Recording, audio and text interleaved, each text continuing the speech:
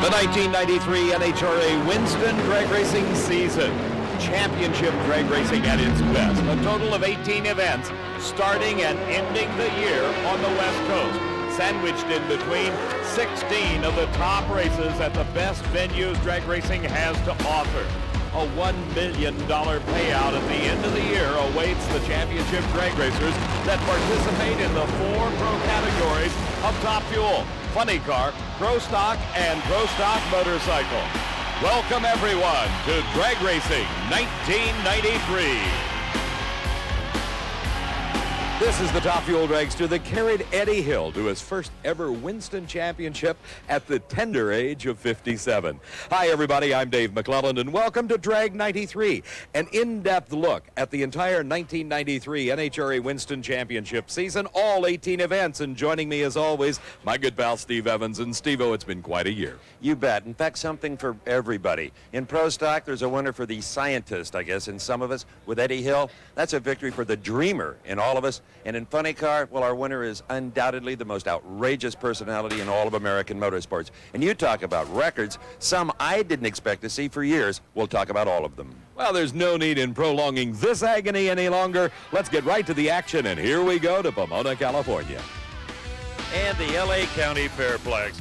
Who says it doesn't rain in Southern California? After a one-week weather delay, over 30,000 people jammed into the brand new aluminum grandstands in the all-new stadium-style Pomona Raceway. Dave McClelland, it's a wonder what about $5 million will do to a racetrack. Incredible improvements. We saw a sample of them at the Winston Finals the year before, but it was at the inaugural race of the 1993 season that we saw the defending Winston champion Warren Johnson make his way to his favorite spot on the racetrack, the final round of Pro Stock. And his competition, well, this was a dream final for the fans. They got to see Warren Johnson up against the vaunted Dodge, driven by Scott Jeffreyon. He didn't have the best 1992, not the season he wanted, but in 93, everyone hoped the Dodge was going to fare well from the young man from Huntington Beach, California. That young man had finished number 2 in the Winston points chase the preceding year. Here was his opportunity to instantly grab the lead right at the start of the 93 season, but as so often has happened the year before, not to be. Problems for Scott Jeffreyon. A big win for Warren Johnson, 724 at 192. Well, I know the run wasn't that well. It started missing about half track. Apparently we broke something internally on the engine, but we got off the starting line. That's all that mattered. I think Scott may have had some trouble. I don't think it was that late. Okay, congratulations. What a way to start a season. Thank you very much, Steve. The problem Scott Jeffreyon had was a broken line lock. So in Pro Stock, the Winston champ scored early in the 93 season. What about in Funny Car? Cruz Pedregon was the #1 qualifier in the McDonald's Oldsmobile from Larry Minor Motorsports at a 5:10, a blistering lap time to the Pomona pavement. But in round number 2, he met up with Dale Foley in the seldom raced Paisano family car, and Foley just never seems to get rusty. Here he wasn't out on Pedregon, he left with him, but he outran the defending champion, a 5:12 to a 5:20. Cruz Pedregon out second round at the Winter Nationals. Not what that team had hoped for.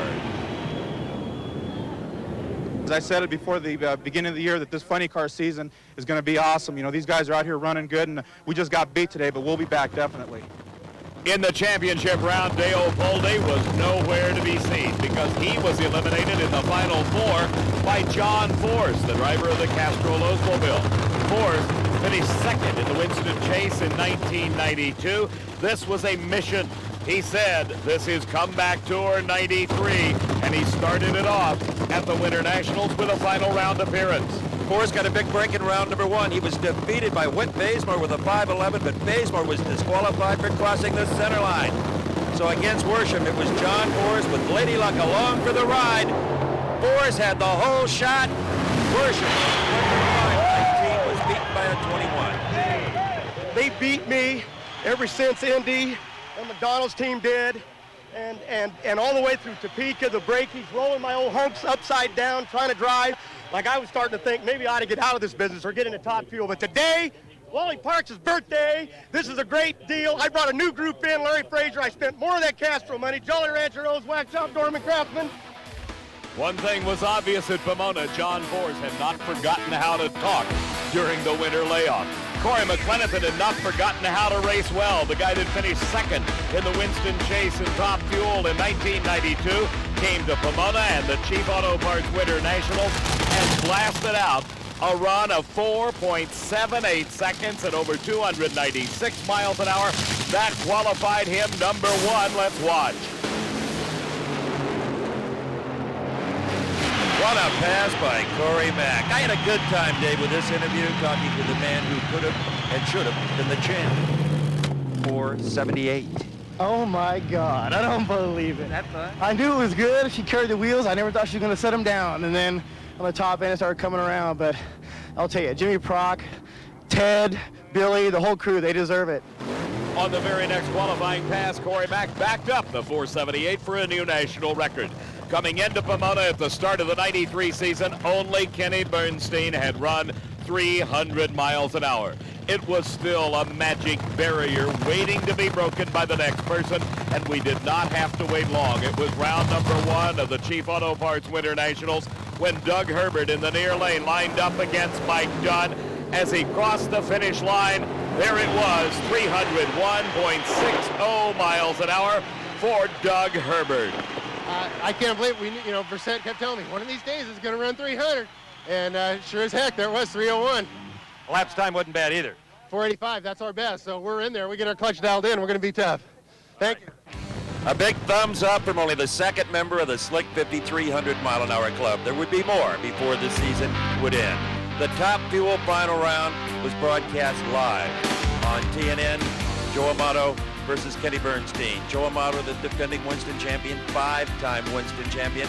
Bernstein appeared to have his number, though, Dave, throughout qualifying and eliminations. It looked like Bernstein's evening. The Budweiser King had been running flawlessly all day long, and Kenny Bernstein had been driving superbly. Great reaction time. The determining factor in so many races is how quick can the driver get off the starting line. Bernstein was definitely on the number. Let's watch what happened. As the engine blew, the tires let go. Bernstein slammed into the guardrail. The car overturned, but finished upright as the Safety Safari crew rushed to the scene. As millions of people nationwide watched on live television, their hearts were in their throats, wondering what condition was Kenny Bernstein in. As we watched in replay, we saw the engine let go, the tires blew, and Bernstein's Budweiser King slammed into the guardrail. Actually, it went in backwards, and that's probably the determining factor that kept Bernstein from receiving serious injuries. It broke in two right behind the cage. The car vaulted over the rail, turned over once, and came to rest upright. The engine, a ball of flame, had broken loose from the chassis and bounced on down track. As the Safety Safari arrived on the scene, Bernstein was conscious, barely. And Steve, you had a chance to talk to him live on TV. I sure did, Dave, and I had no idea personally exactly what I was going to be faced with when I arrived on the scene. I'm very happy to report that my good friend Kenny Bernstein was in pretty good shape, but speaking in foreign tongues. It's Kenny, you are indeed okay? I'm okay, Steve. Tell everybody I'm fine. I'm bell rung a little bit. Kind of feel like a NASCAR Cup car driver here at Atlanta, but not too bad. See what I mean? What's a Nathan Cup car? Steve, I think he was remembering the moment that he backed his Winston Cup car, his NASCAR car, into the wall at Atlanta. We rode on board. Watch this. Until the camera signal went away because of the impact with the wall. We had truly Mr. Toad's Wild Ride, but the chassis, the roll cage particularly, remained remarkably intact at Pomona. All right, it was time for race number 2. Just 2 weeks later, Firebird International Raceway in the glorious desert community of Phoenix, Arizona, the Motorcraft Ford Nationals. Anybody who wondered about Kenny Bernstein's dedication to drag racing after that crash, well, he was back in a brand new race car, and in round number 1, he had no competition because Jack Ostrander couldn't show up. And for Bernstein, it was just as well. A horrible engine explosion and fire certainly would have meant defeat had there been competition. The reigning Winston champ, Joe Amato, had qualified 7th, while Scott Coletta had yet to flex his muscles in the qualifying wars. He was number 15 at Phoenix. Scott in his dad's top fuel dragster, the American International Airways car. Amato, of course, in his tried and true Team Valvoline entry. Well, Coletta did everything right here. He leapt on Joe and he whipped him with a 490 at 292 miles an hour to Amato's losing 4.93. Kenny Bernstein, fresh motor between the frame rails of the Budweiser King. Long, smoky burnout. It sounded as good as it should. This was round number 2 racing at Phoenix, and the man he was up against was the driver of the Pennzoil machine, Eddie Hill, out of Wichita Falls, Texas. Eddie, the number 1 qualifier at this event, with a great 481 elapsed time, came up to challenge Bernstein. Bernstein certainly was no slouch off the starting line, but he just did not have it mechanically as Eddie Hill went on to take the win with a subpar 495 at only 290 miles an hour. We moved into the semifinal round, or Final Four as we like to call it. It was Pat Austin from Tacoma, Washington, his Syntec Special, up against Jim Head over the far lane. This time it was Austin's turn for a big fire, but he stayed on the gas and beat Jim Head. It's a wonder it didn't burn the tires off it. The reason he beat him is Jim Head's parachute shook out at half track, and he was having to pull it through. That set up the finals. Eddie Hill in the far lane, Pat Austin in the near lane. And you could chalk up win number 1 of 93 for Eddie Hill. Well, I'm so proud of the Pennzoil team this weekend. I mean, the guys worked and worked and worked. It didn't come easy. We had a lot of trouble. And the guys we just barely made the last couple of rounds because we had so many things broke, little things that pick at you. But you ran a 492. Let's walk back to the rear of the car. You're not going to like what you see on the left rear tire. Maybe 16 runs is too many, huh? 16 runs on a set of tires. After Phoenix, here were the standings in top fuel. Amato, Hill, Bernstein, McClenathan, and Scott Coletta. Remember I told you at Pomona how well Whit Bazemore had run that great 511, only disqualified for crossing the center line and sending John Force on into the final? Well, at Phoenix, you can imagine Bazemore was looking for big things up against Kenji Okazaki. But what he got was another four-wheeled volcano. Watch the Bazemore car here. He can't see. There's flame inside the cockpit, smoke across the center line for the second race in a row. Only this time, who could blame him? Does a good job, though, of getting the car stopped, bailing out. The safety safari immediately on hand to extinguish the blaze. He was okay. I talked with him. He didn't need this. Well, we don't need it, but, you know, it's part of drag racing. If you have a funny car, it's going to catch on fire sooner or later. And we went all last year without a major incident, and we'll come right back, believe me.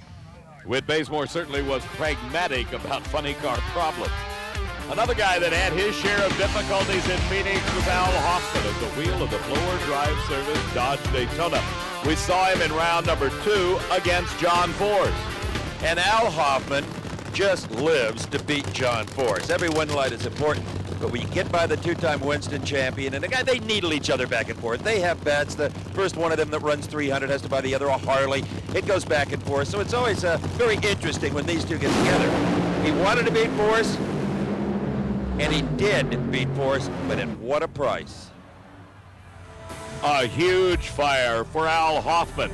The car skated around. He used up every bit of the racetrack and ran out into the desert at Phoenix. The car still blazing away. The safety safari truck catching up to him very quickly. From our vantage point at the television screen, we did not know whether Al Hoffman was inside that inferno. He had gotten out, exited the car under his own power, and ran out through the smoke in the opposite direction. That action in round number 2. In the finals, it was the number 1 qualifier, Cruz Pedregon, beating Jim Epler. You know, the car broke about 1,100, 1,200 feet again. I don't know what happened to Epler, but we got the win. That's all that matters. This car coasted to 260 miles an hour. The point standings: Pedregon, Force, Worsham, Hoffman, and Epler. That after the second race of the year at Phoenix. In the Pro Stock category at Phoenix, we saw the first real positive sign of the rising career of this young man, the second-generation Johnson out of Lawrenceville, Georgia, son of Warren, who won the opening event at Pomona, as we've already shown you. In the second round, he met up with one of his dad's nemesis, Scott Jeffrey, on in that Dodge. And Kurt Johnson got his really first important win of his budding Pro Stock career at 720, but he learned that the shutdown area can be as tough as the quarter mile. Up, up, and away for Kurt Johnson. Destroying the Scribner's brothers' car, but he was okay. Let's take a look at what happened, Steve. As he hit the brakes, the rear wheel locked up, the car came around, and then tried to make like a Winston Cup car. Started to get airborne, it hit a berm, it bounced into the air. The water puddle left after some rains prior to the event slowed it down so that when it went into the tire wall, its impact was lessened considerably. The car bounced back onto all four wheels, and the Safety Safari doing their magnificent job as always. Check Kurt Johnson out. He was loaded into the emergency medical services ambulance, but it was pronounced A-OK, and that was the good news that he had gone through a very, very difficult set of circumstances. His dad, Warren Johnson, saw the accident. He was back in the staging lanes, and moments after they loaded Kurt up, he had to face off with Bruce Allen. Did it distract him? Maybe just a little bit. Bruce Allen won it at a 7:24, 190 miles an hour to beat the number one qualifier, Johnson. In the championship round, Mark Powick brought his Summit Racing Oldsmobile to the line to face the Oldsmobile Cutlass driven by Larry Morgan. The Castrol Super Clean car was in the lanes nearest our camera. Powick and the Summit Racing Oldsmobile gave away a bunch at the start, but he had the power to win it by just a few inches. In fact, the best elapsed time of the event in Pro Stock at 7:20 for Mark. Woo, I like it, man. Number three. Woo! His third national event, and that moved him into the second points position, just behind Warren Johnson, followed by Jeffrey on, Kurt Johnson, and Larry Morgan. That was Phoenix. And then there was Houston. Everybody wanted to hit Houston in March because the cool weather and the great track provides the best of racing for the Slick 50 Nationals at the Super Track. We were under the lights. In Pro Stock qualifying, Warren Johnson, far lane. The run of the century. The world's quickest 7:02. Should he be happy? He wasn't. No, because we actually wanted to just move it down just a little bit. A 7:07, 7:05 would have been really a little bit more to our liking, for the fact that conceivably there's two more tracks that the record could be set at this year. 7:02 is going to be awful tough to beat. That was just about the end of the good for Warren Johnson that weekend as he was up against Ricky Smith, the guy that he laid away in qualifying, and Smith beat him on a hole shot in the second round. Bob Glidden, though, made it to the finals with the Motorcraft Ford Probe. His competition, once again, the bright purple Castrol Super Clean Oldsmobile of Larry Morgan. Glidden was just wired to the tree. Watch this leave.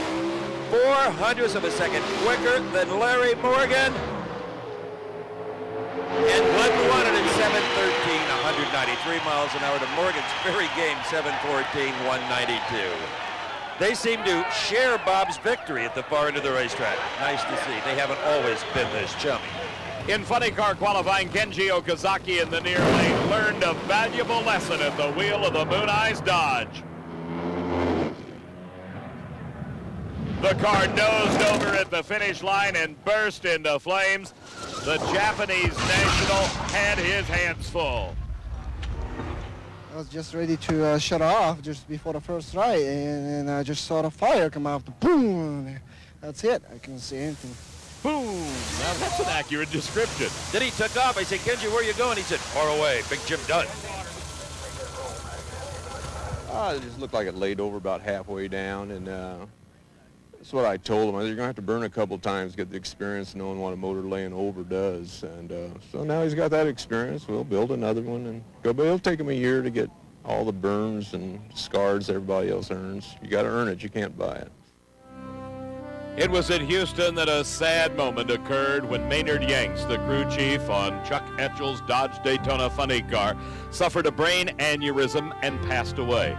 Maynard was a former sprint car racer, driver, and of course his main claim to fame was when he wrenched Bruce Larson to the Winston Championship in funny car eliminator. Maynard Yanks, a strong competitor, a man that was missed by everyone throughout the entire 1993 season. Truly a sad moment at Houston. With tears in their eyes, Chuck Etchels and crew got ready for round number one on Sunday in Maynard's honor. They ran a 5:14 in the first stanza, beating Jerry Caminito, only to get beaten by Pedregon on a hole shot in round two.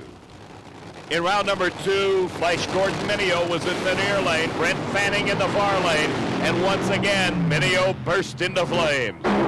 I'd take the name Flash right off the side of that car if it was mine, I guarantee you. Well, it flashed into a ball of fire, and Gordon was able to get the emergency hatch open, climbed out through the cloud of burning fiberglass smoke, and was able to walk away from the fire, grabbed the front of the body, hoping to salvage something, but it was not to be. For the first time in 1993, it was John Force alongside Cruz Pedregon. Force, comeback tour 93. Was he up to the challenge? He qualified number 1 in a 5:06. Pedregon with a horrible red light. Left way too early. It wasn't even close. Wouldn't have mattered, though. Force set low ET to 5:04. Can you imagine that you have just run a 5:04? 504, I lost. His old heap was out there 5 cars, and I said, Forrest, they're going to retire you. His old heap left a red light. I didn't know that. I was chasing him down. I didn't know that. But I'll tell you what. 5:04. I hear it. What is that? Did we hit the record? Yes. I'll take it. They can even give it to a truck driver, can't they?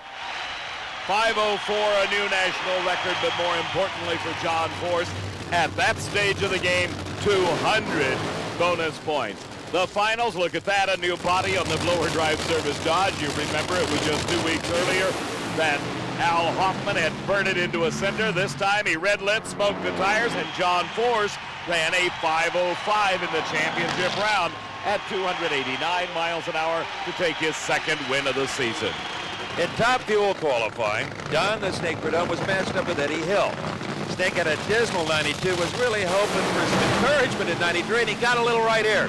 He streaked away from Eddie Hill, 301 miles an hour, the third driver in the club. You know, those 300s are hard to come by. Bernstein was the first one to do it, so it kind of took a little frosting off the cake, but I'm just proud to be in that club and just proud to still be in drag racing. Thank you. It was also in qualifying that Jimmy Nix and Joe Amato squared off, but the outcome was considerably different than that of the Snake. We rode on board on Joe Amato's Top Fuel dragster, a huge ball of fire, not once, but twice. Amato on fire, Nix out in front of him, blazing away, but both drivers able to bring the cars to a safe stop. Amato lost the tire as both the fire and the parts coming out of the engine exploded the big Goodyear slick. The McDonald's dragster of Ed McCulloch, what kind of weekend did he have? Qualified number 1 with low ET of the meet at a 481. And in the final round, he was up against Rance McDaniel out of Fresno, California. The privateer in his 50s planning an assault in the 93 season. Rance got close, but not close enough. McCullough wanted it 490 to Rance's very tough 492. For the Ace and crew, well, it was a time to celebrate. But remember this scene. We weren't to see it again in 93. It's one for the number 1 spot. It was from the Bayou City in Houston, Texas. We moved next to the north central Florida city of Gainesville and Gainesville Raceway with the Motorcraft Ford Gator Nationals. A huge crowd was on hand for the weekend, a weekend that saw a tremendous amount of rain. Also, a lot of excitement as well. Watch Jack Ostrander. Unbelievable. One of the strangest crashes I have ever seen. The motor still pointed down the racetrack. Jack Ostrander looking at the tower. As you can see, the front of the car broke away from the back. Look how high it got off the ground. Completely lifted the rear wheels off the ground. The car broke in the middle. When it came back, it snapped it in two. The car whipped around and Jack Ostrander ended up pointed the other direction. Jack's okay, apparently. You all right, Jack? Yeah, I'm all right. A wild one. Oh, yeah. Tell me. I was in it. A remarkable man with astonishing perseverance. All right, in Top Fuel qualifying, there was performance as well as accidents. How about Corey McLennan then? You saw him set a record at Pomona? Well, he lowered it to a 4.782 at Gainesville. The performances came at the top end of the racetrack as well. Joe Amato against Scott Paletta in the far lane. Scotty became the 4th member of the Slick 50 300-mile-an-hour club, 300.30. Also in qualifying, it was Doug Herbert in the near lane alongside the Golden Greek Chris Karamazidis. What did Doug Herbert do? He became only the second driver to run 300 miles an hour twice, joining Kenny Bernstein in that elite group. Before the semifinal round, Eddie Hill was having problems with his brand new race car. The Nuclear Banana out of Pennzoil, a virtual duplicate of his 1988 car, met up with Tommy Johnson Jr. in the semis. Johnson welded him on the starting line, but the Nuclear Banana had a reactor for a motor.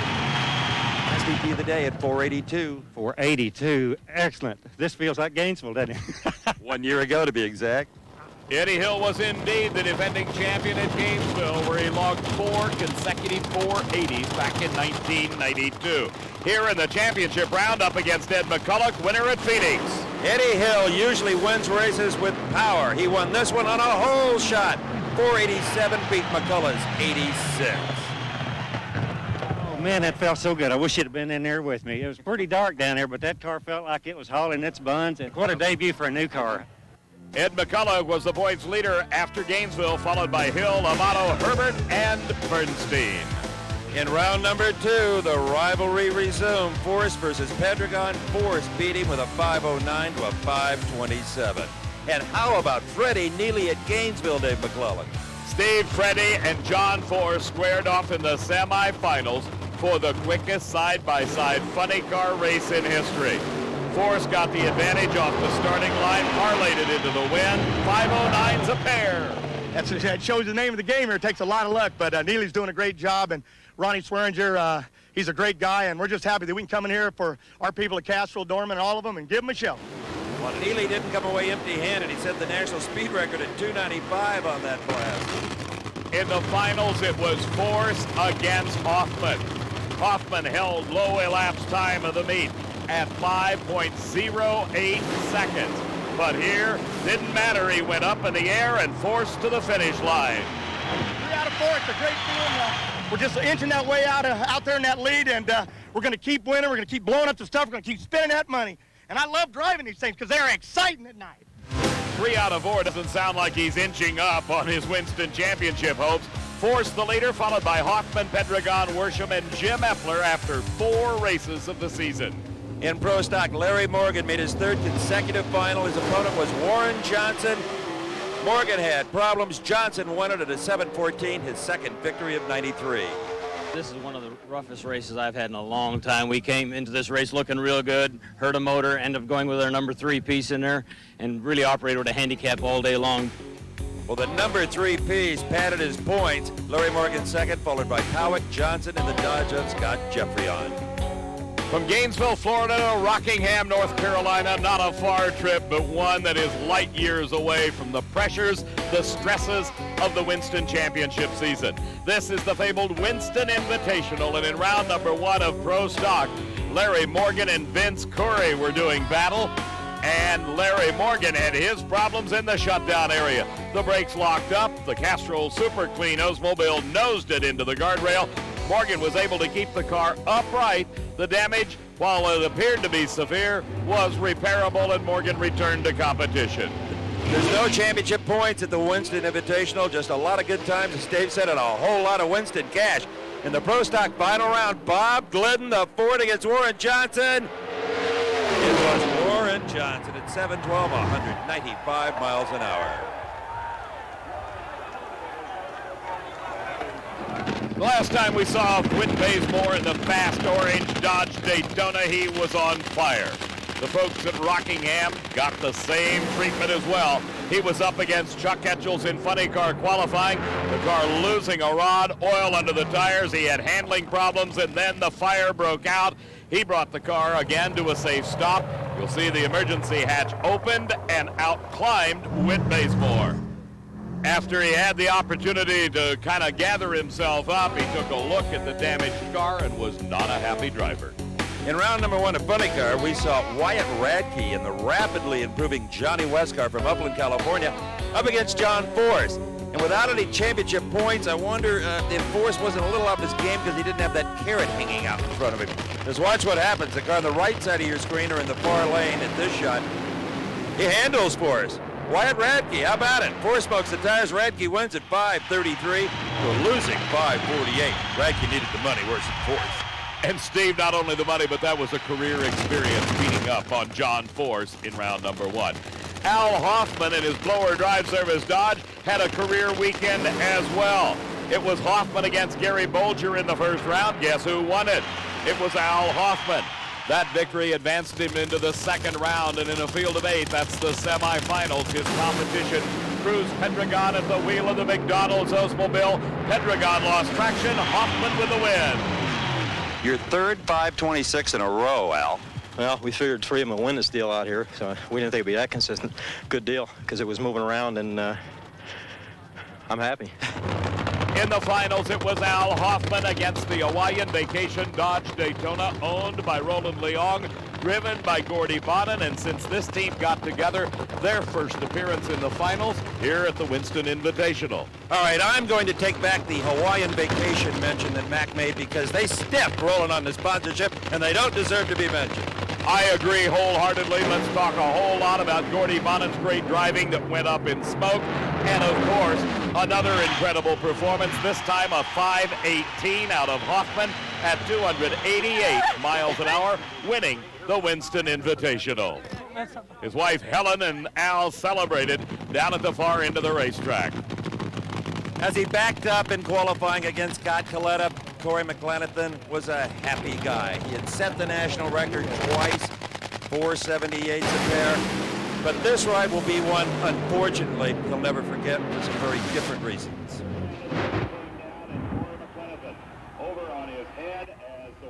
David, as you know, I was at the far end of the racetrack, and I could hear Corey Mack upside down in that car screaming in pain. It was just brutal. The instant replay showed us exactly what happened. The wing collapsed on Corey Mack's car. It went out of control, turned over, crossed over the track, slammed into the opposite lane guard wall. The fire funneled down the body, causing serious burns to Corey Mack's hands. Well, it caused Corey Mack to miss quite a few races during his recuperation period, but he did rejoin the 93 Tour, and by the end of the season, he was looking good. Full use of his hands, the scar is barely noticeable, and someday they'll all go away. The Top Fuel final at Rockingham in the Winston Invitational found Mike Dunn, second generation, the son of Jim Dunn, at the wheel of the La Victoria Salsa car, owned and tuned by Darrell Gwynn. His competition, a rising young star in the sport, again a second generation racer, Scott Coletta, the son of Connie Coletta, the bankroll behind the American International Airways car. It was at Rockingham we first fully realized the impact of Dick LaHaye, the crew chief for Scott Coletta.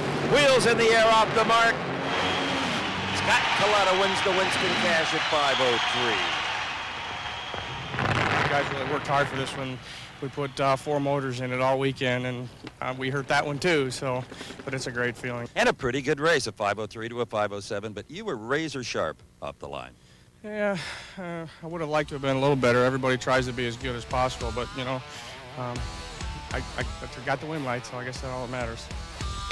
Right after Rockingham, the pressures began to build once again in the NHRA Winston Championship Drag Racing Trail as we move to the Fram Southern Nationals at Atlanta, Georgia. And here at the 5th race of the season, one guy having a peachy time in Georgia was Chuck Etchels. He had a new crew chief, the highly vaunted Tim Richards, qualified number 1 at a 5:09 and earned the right to face off with John Force in the Nobody Beat the Whiz car. That's Etchels. As they came to the championship round, Force had the lane choice, nearly 0.2 of a second quicker in the semifinals, but Force was the last to stage. Etchels was in, sitting and waiting before Force ever made it to the second light. It didn't matter, though. Force got to the finish line first. It was great. There was a whole lot of excitement. Went up on there. Etchels just went in. I thought, oh, he's making a power play here, but it was really neat. And always in the finals, take a final. The car ran good, but I want to take him in here just say hi to my mom. I never do. Mom, I love you. I'm taking you to Tulsa this week. Dave McClelland? Steve, John won that one on a hole shot of 5:30 to a quicker 5:28, but losing for Etchels. Force, Hoffman, Pedregon, Etchels, and Worsham, the top 5 in the Winston chase after Atlanta. In Top Fuel round number 1, we got a real treat. It was Danielle DePorter in the blue car near lane, the Paul Smith car, and Pat Austin. Watch the Austin car. Well, watch Danielle, but she came back down out of the wheel stand. Austin, wow, 303 miles an hour, fast as ever. Wow, hey. Well, the Syntec family ought to be happy today. I mean, with all the help, those Dynamax and Red Wing is just proud to be part of that deal. And to run that quick with all the guys we got now, I mean, we got a real good group of guys over there, and I just very happy for them. My dad and Frank Bradley, everybody, way to go, and we're going on to the next round. Wow. Let me add my own. Wow. 3:03, that was the fastest speed ever recorded by a Top Fuel dragster. Also, Top Fuel held a great attraction in Atlanta. It marked the very first appearance in a dragster by John Andretti, the fabled Andretti family, now adding drag racing to its roster of race cars. Jack Clark was the car owner of the Taco Bell Express, driven by Andretti. It was in round number 1 that he faced off against the reigning Winston champ, Joe Amato. Two Pennsylvanians, one a rookie in this sport, one a 5-time Winston champion, and the Rook pulled it off. Andretti 5 flat to Amato's 5:09. Round number 2. Once again, we see John Andretti, this time in the near lane against Tommy Johnson Jr. And once again, John Andretti had not only a good reaction time, but he had the performance. That was the scene that Tommy Johnson Jr. saw as John Andretti advanced to the semifinals, where his competition would be Mike Dunn. This time, Dunn was in the lane nearest the camera, Andretti and Clark's car in the far lane. But by this point, Andretti was thinking, hey, this drag racing is a piece of pizza. But it's not. The salsa car of Mike Dunn got him. I'm really pleased. Taco Bell, Jack Clark car just ran wonderful. The guys did a great job. It's dry every time it comes down here, and I can't ask for anything more. Obviously we'd love to be in the finals, but it just gets tougher after every round. I hope you had as much fun doing it as we did watching. Well, I had a ball doing it. I wish I was around one more time.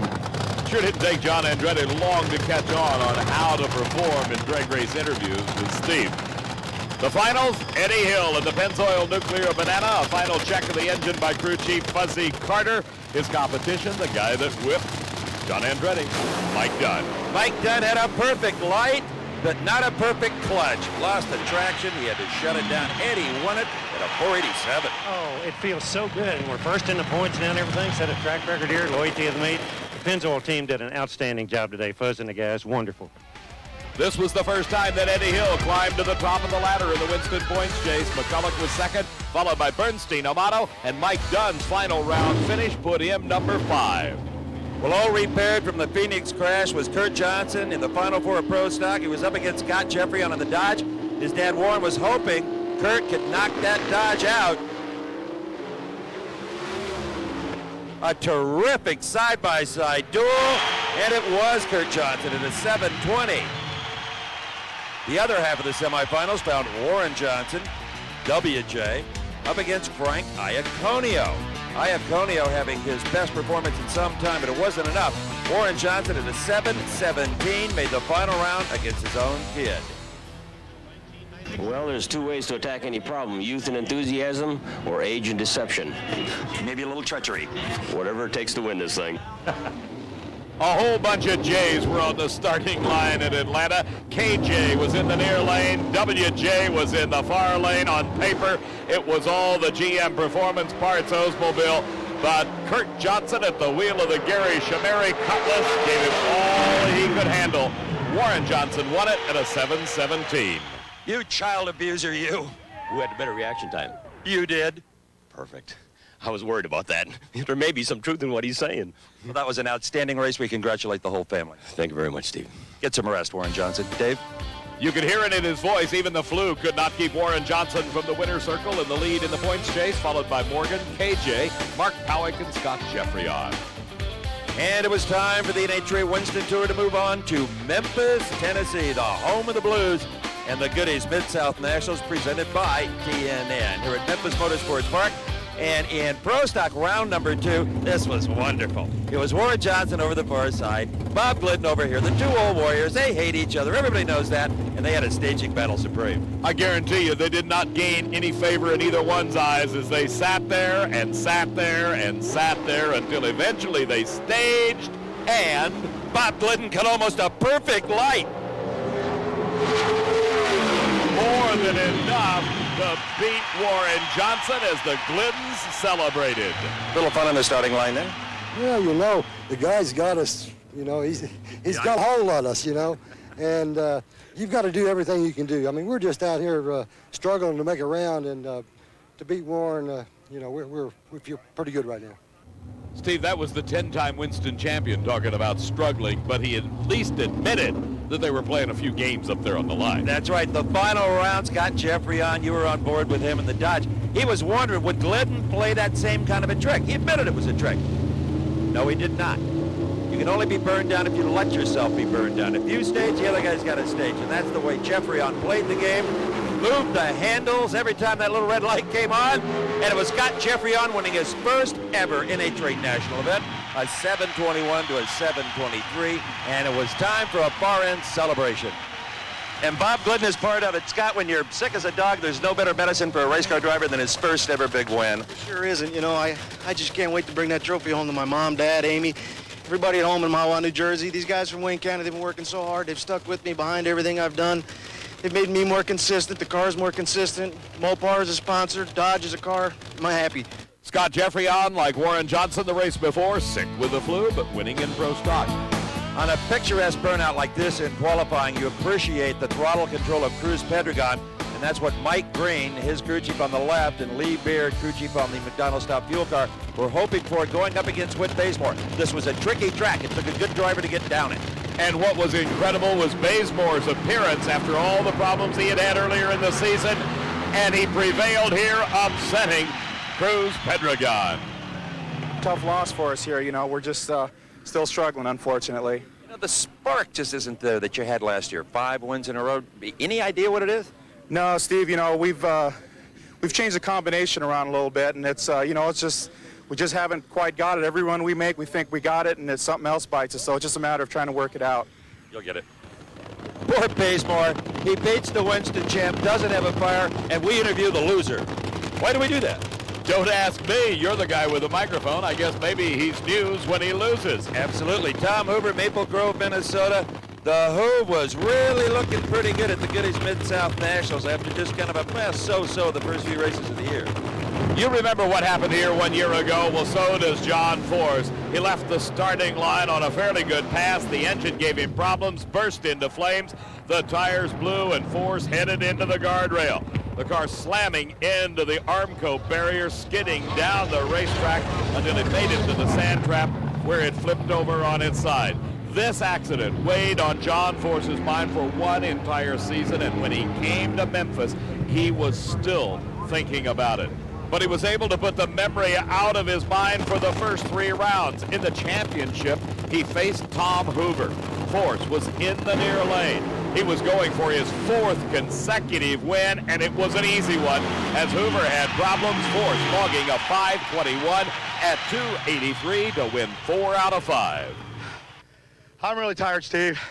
I think the strain of the Memphis, I followed that fear of that fire every round, and Coyle said it was gone, and my guys, they took care of me again, and we're excited.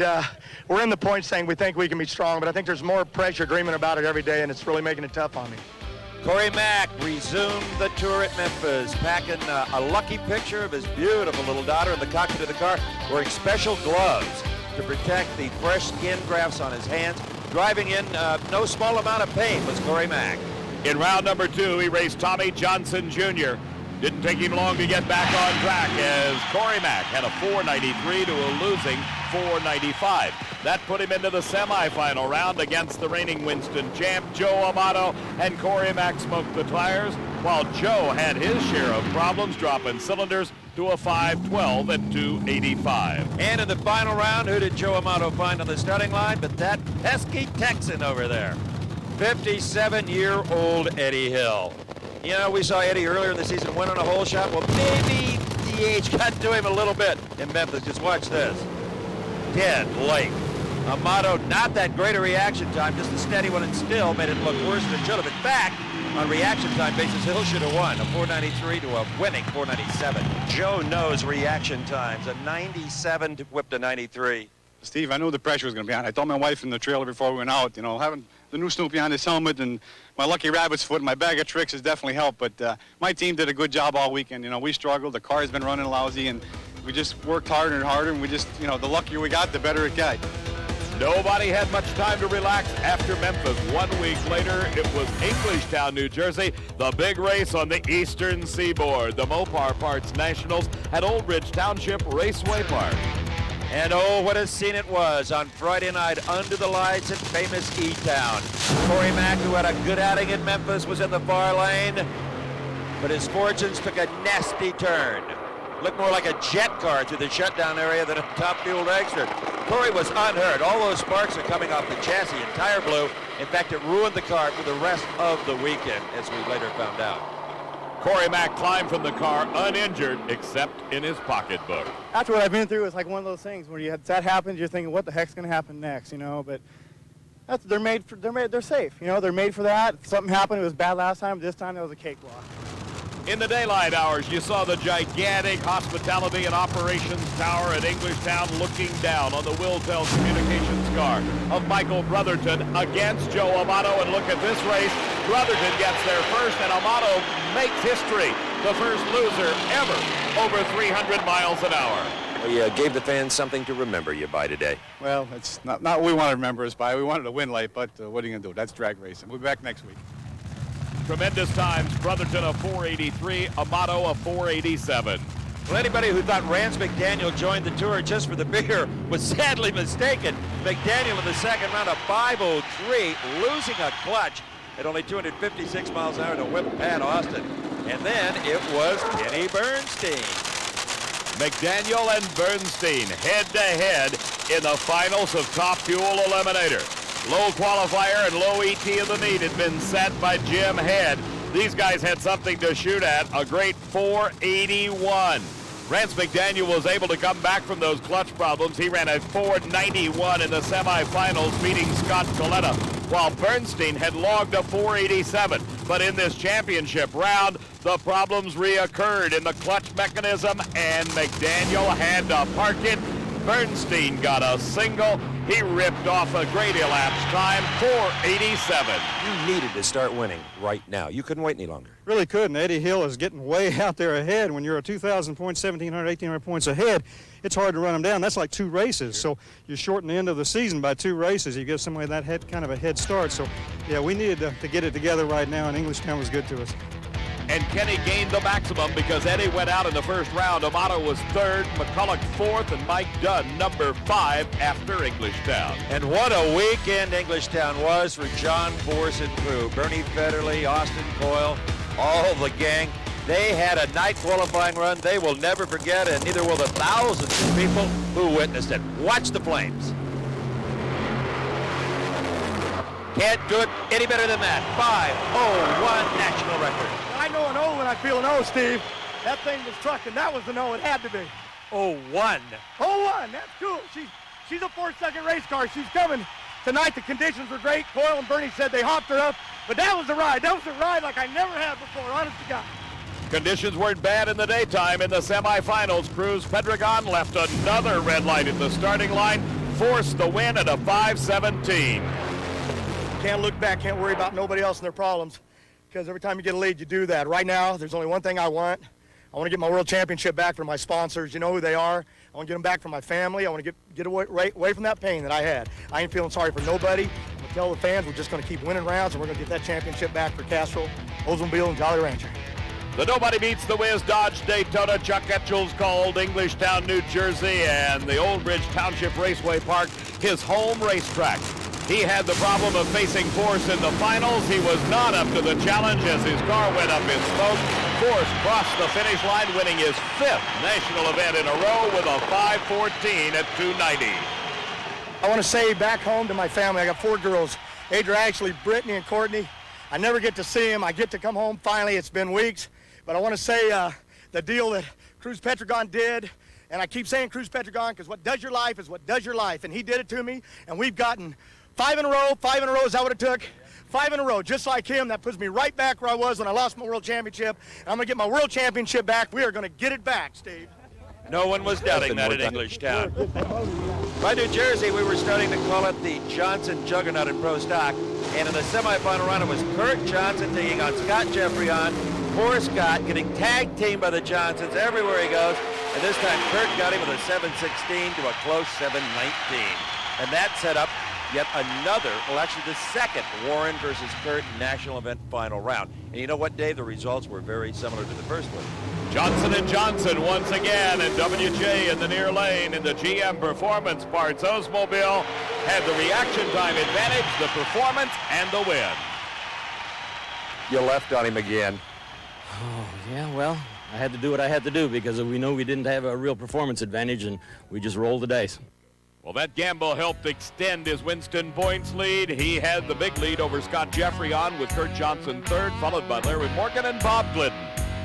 All right, we headed due west to the Oldsmobile Spring Nationals at Columbus, Ohio National Trail Raceway.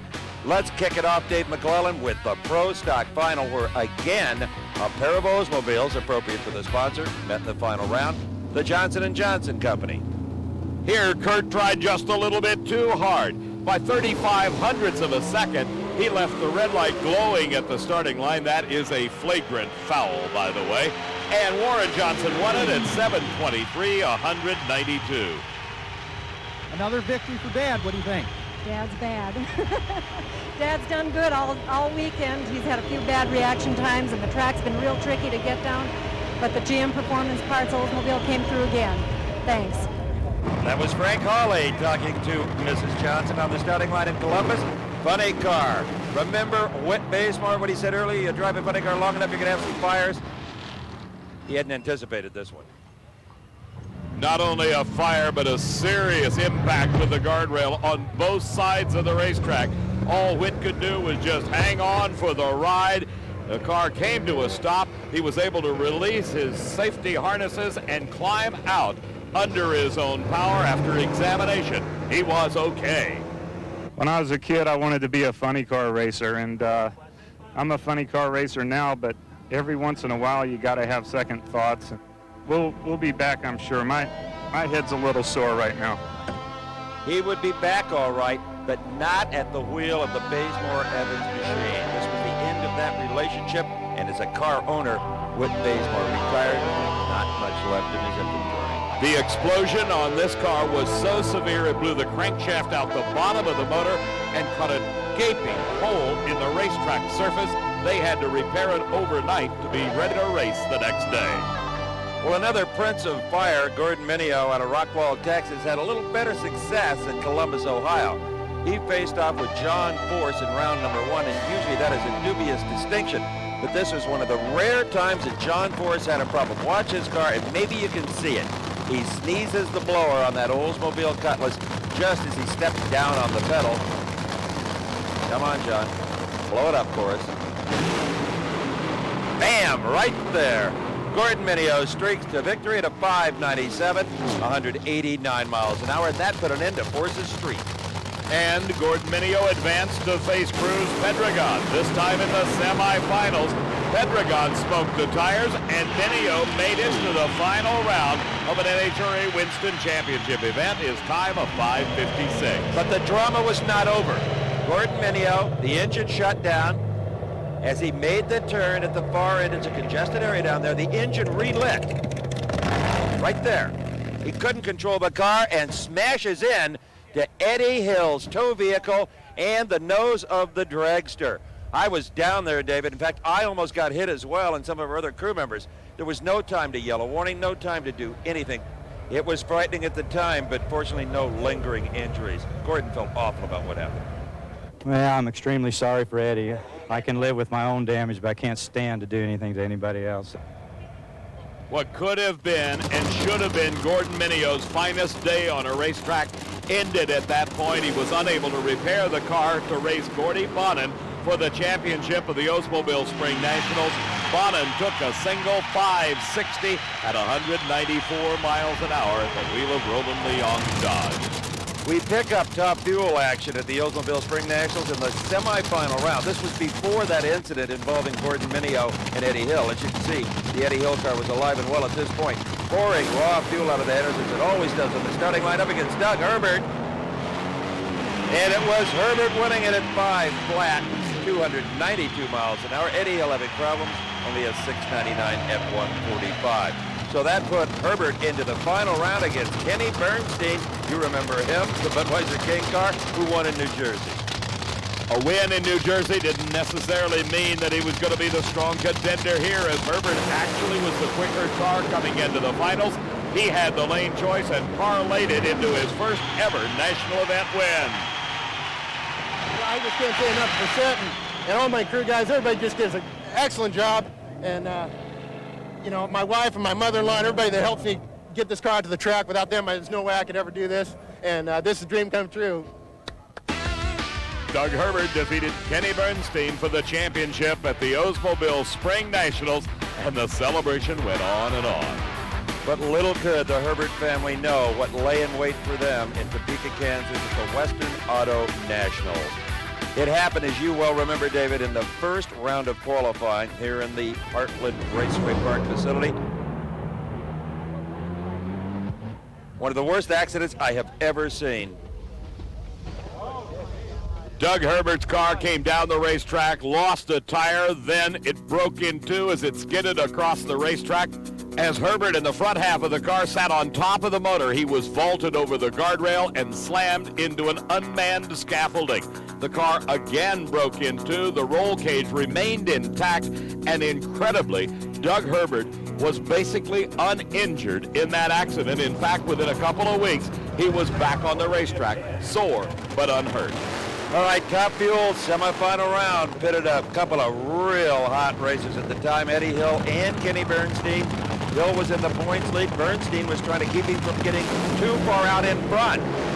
Didn't work here. From onboard Kenny's car, you see Eddie Hill drub Bernstein 498 to a 521. Kenny was off his feet that day. I was looking at a lot of red car for a long ways, but I thought I had the finish line first, and man, it feels good. That's great for us in the points deal. We really needed that. A 498, about what you thought? We were shooting for a 497, but we'll take a 98. I wouldn't fight you for a 100th of a second. Great job. Thank you. Scott Coletta flexed his muscles in qualifying, put the car in the number one spot at a 4.90. That held up for low elapsed time of the meet. In the championship round against Eddie Hill, Coletta too quick off the line. Hill marched on for the victory, his winning time a 5:01 at 283 miles an hour. He red-lighted. You had one at the start. Is that right? Well, we ran pretty good anyway. And, man, that was a horse race. Boy, I was pedaling that deal down at the end. A 5:01 is a parting shot. Again, great job. We'll take it. Thank you. Yeah. Eddie Hill, a big points lead now, Dave. Steve, after the Topeka race and the Western Auto Nationals, Bernstein was far behind Eddie Hill, followed by Amato, Coletta, and Mike Dunn to round out the top five. It's an old cliche, but it fits. If it wasn't for bad luck, Gordon Mineo wouldn't have any. This was in funny car qualifying. You guessed it. Gordon Mineo flambéed one more. I really don't know what happened in there. I don't know if it blew through the clutch, pitched a rod out, what happened. It wasn't all that bad of a run, I didn't think. No, it was not. You're used to fighting these fires. Yeah, I guess I had to open up a little school, huh? Everybody else has. I'd hope nobody enrolls. Can you imagine what the thoughts must have been on Jerry Caminito's mind when that fireball went blazing past him on the Topeka track? And that, of course, was Gordon Mineo, and he was unhurt. Here it is Cruz Pedregon backing up after his burnout. That's Leonard Hughes, the crew chief for Gordy Bonin. The car owner, Roland Leong, of course, helped with the wrenching chores. But Gordy was on a roll in the funny car semifinals. That's right. He had won at the Spring Nationals. Was hoping to do it again in Topeka. Great driving. Then I got it figured out. Now it's going to be tough to see what we can match it for us, but we'll see what we can do. You think that'll keep lane choice that time? I doubt it, but you never know. Our Bob Fry talking with Roland Leong in the championship round. It was Gordy Bonin up against John Force. And Force took no prisoners throughout all of 1993. As we ride along, see all that clutch dust? That's why John Spierson is always so dirty. Here at Topeka, he won his 7th national event of 9 held so far. Well, what can I say? We've got a great team. John does a great job. Bernie, myself, Larry Frazier, the rest of the guys, we're all doing what we can do to try to get another championship. Let it all out. We're letting it out. That's what we call 93. Come back to her, buddy. And after last year, we needed it. But to beat Gordy Bonin, I'm proud. 240, we've known him for years. And rolling these guys, They're unbelievable. I'm just proud to be there in the final with them, and we're just really proud to be part of this Western Auto deal and have this old heat back humping. The fans thought Old Forest was dead. Well, I ain't dead. We're just starting to come alive. Never intimidated, John Force. But always intimidating was John Force after 9 races. Look at the lead he had over Pedregon with Hoffman, Etchels, and Hoover rounding out the top 5. Surprise, surprise. Only one Johnson made the Pro Stock final, and that was Warren up against Larry Morgan. Morgan got a brilliant light, but it wasn't enough to contend with Johnson. 7:31.189. And you were concerned with Larry Morgan. He's a great racer, and he threw everything he had at his car. Well, you don't blame him. Last race he didn't qualify, and that just shows you the resolve that Larry's got. He came right back, went right to the final of this race. All these guys are tough. Again, congratulations. Thank you very much. That is Warren Johnson, the Western Auto winner in Pro Stock. The toughest part of the season was next. 3 races all in a row, and they started on the hill. Thunder Mountain in Denver, Colorado. We're talking about the Mopar Parts Mile High Nationals at Vandermeer Speedway. Before we get to that action, this is the perfect time to bring you up to date on what was going on with the Pro Stock bikes. Their first race was the Slick 50 Nationals in Houston. The final round was Ron Ayers against Lance Boyer. This was rather an unusual final because you don't normally find Ron Ayers out of Greenville, North Carolina, and Lance Boyer from Pickerington, Ohio, side by side on the starting line waiting for a green light. One reason we saw this pair is that Dave Schultz crashed in qualifying hard, but was A-OK. This was a great race nonetheless. Ayers won it at a 7:88, 171 miles an hour, and the Pro Stock Bike Tour moved on to North Central Florida and the Gator Nationals. And by that time, Dave Schultz had healed from falling off the bike in Houston. Here again, because of the rain, the finals delayed into the dark of the night. And the Rookie of the Year in 1992 from Champlin, Minnesota, John Smith, challenged Dave Schultz out of Fort Myers, Florida. Schultz had finished second in the Winston Chase in 1992. And like a typical motorcycle racer, he cut the cast off of his arm before the final round. He left on Smith, but it still wasn't enough. Smith won it at 7:68, 173 miles an hour. Schultz had to settle for runner-up. He wouldn't settle many more times in 93. It was in Atlanta, Georgia that David Schultz brought an incredible string to another championship round appearance. Schultz had never lost a race at Atlanta. His competition in the finals was John Myers, the Winston champ of 1992. As the RPM screamed, Schultz was thinking, I gotta give this one to my wife Meredith. It's her birthday. John Myers gave it to her instead with a red light. Schultz won it at 7:87 to a 7:90 red light of the way. Englishtown, New Jersey in the Mopar Parts Nationals. It was the finals again, featuring John Myers in the Star Racing Suzuki. The Sunoco Suzuki of David Schultz was alongside, and this was one of the rare occurrences that John Myers did not leave a red light at the starting line, and he picked up the big win light at the finish with a 7:66 elapsed time at 172 miles an hour. From Englishtown, New Jersey, it was on to Columbus, Ohio. And we had to have a final without David Schultz. He didn't make it. Red lighted in the very first round. John Myers, he made it to the final against Paul Gass. And I'll tell you, this was one of the best races of the year. Had Gass had a better reaction time, it would have looked closer down at the finish line, but the elapsed time was very, very good. Myers, using that air shifter, finally gets her into high gear, charges for the beams, and clack, a 783 to 163 to Gass 788 at 170. Now, let's go back to kind of present tense, in the past tense, Denver, Colorado. And the Mopar Parts Mile High Nationals, and there's certainly a reason for that title. Over 5,200 feet in altitude, a lack of oxygen here affected every race car and motorcycle on the track as John Myers and David Schultz squared off again.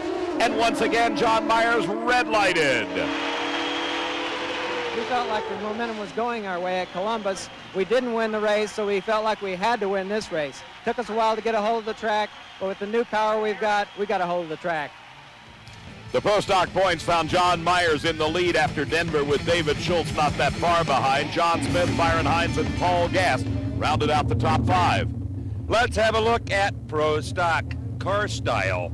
Bob Glidden racing Scott Jeffrey on. Dave McClellan, I said it then in Denver, I'll say it now. Bob Glidden used this kid like a doormat. Burned him down like he tried to do Warren Johnson earlier in the year. It was in Memphis that Bob Glidden admitted that maybe he would play a game or two on the starting line. He did it again, and it helped. When you get on the starting line, you just do whatever comes normal. Sometimes you stage quick, sometimes you don't. I didn't see Buster in the window counting down, so I didn't think it was any problem. But whatever happened on the starting line had no bearing on the race. He apparently broke something or did something wrong. Well, the bearing it had, Scott Jeffreyon ran quicker than Bob Glidden and had a almost 0.2 of a second slower reaction time. In the finals, Bob Glidden and Warren Johnson squared off, and it was Glidden winning it at the finish line, and Rusty Glidden had the comments. It was a really tough weekend. We brought a new engine out, and it looks really good. It was in my car. I didn't qualify. Dad, he wasn't really running good. But by God, he's the best driver in this country, and he always will be. 2 miracles in one day. Too much for any of us. You've been eating your Wheaties or what? 2 terrific hole shots. I don't know what the last light was. The semifinals was nothing special. Sometimes you're off, like Scott in the semifinals was off a little. I didn't do anything special, for sure. It looks like maybe some R&D has paid off, though. Yeah, I don't know. I think we were just very lucky today. That's the way we look at it. Lucky and pretty darn crafty, I might add. All right, John Forrest, they love him in Denver. He's matched race here a lot. And in the second round, he was up against who else but Cruz Pedregon. This was a very difficult track for the funny car breed. In the thin air, their aerodynamics don't work as well, and they lose traction very easily. Forrest got whipped by a 562. We've tried a lot this year to beat Forrest, and it's been tough on us, mentally and physically. But the McDonald's car put it together here. That's part of the game out here. It's tricky out there, and the crew chiefs and the guys are doing a good job. You got to quit smoking the tires if you want to win, though. You know that. Coming into this deal, we talked, Mike Green and I, and we said, we can't smoke the tires if we want to win, and that's holding true, but Forrest evidently did the same thing.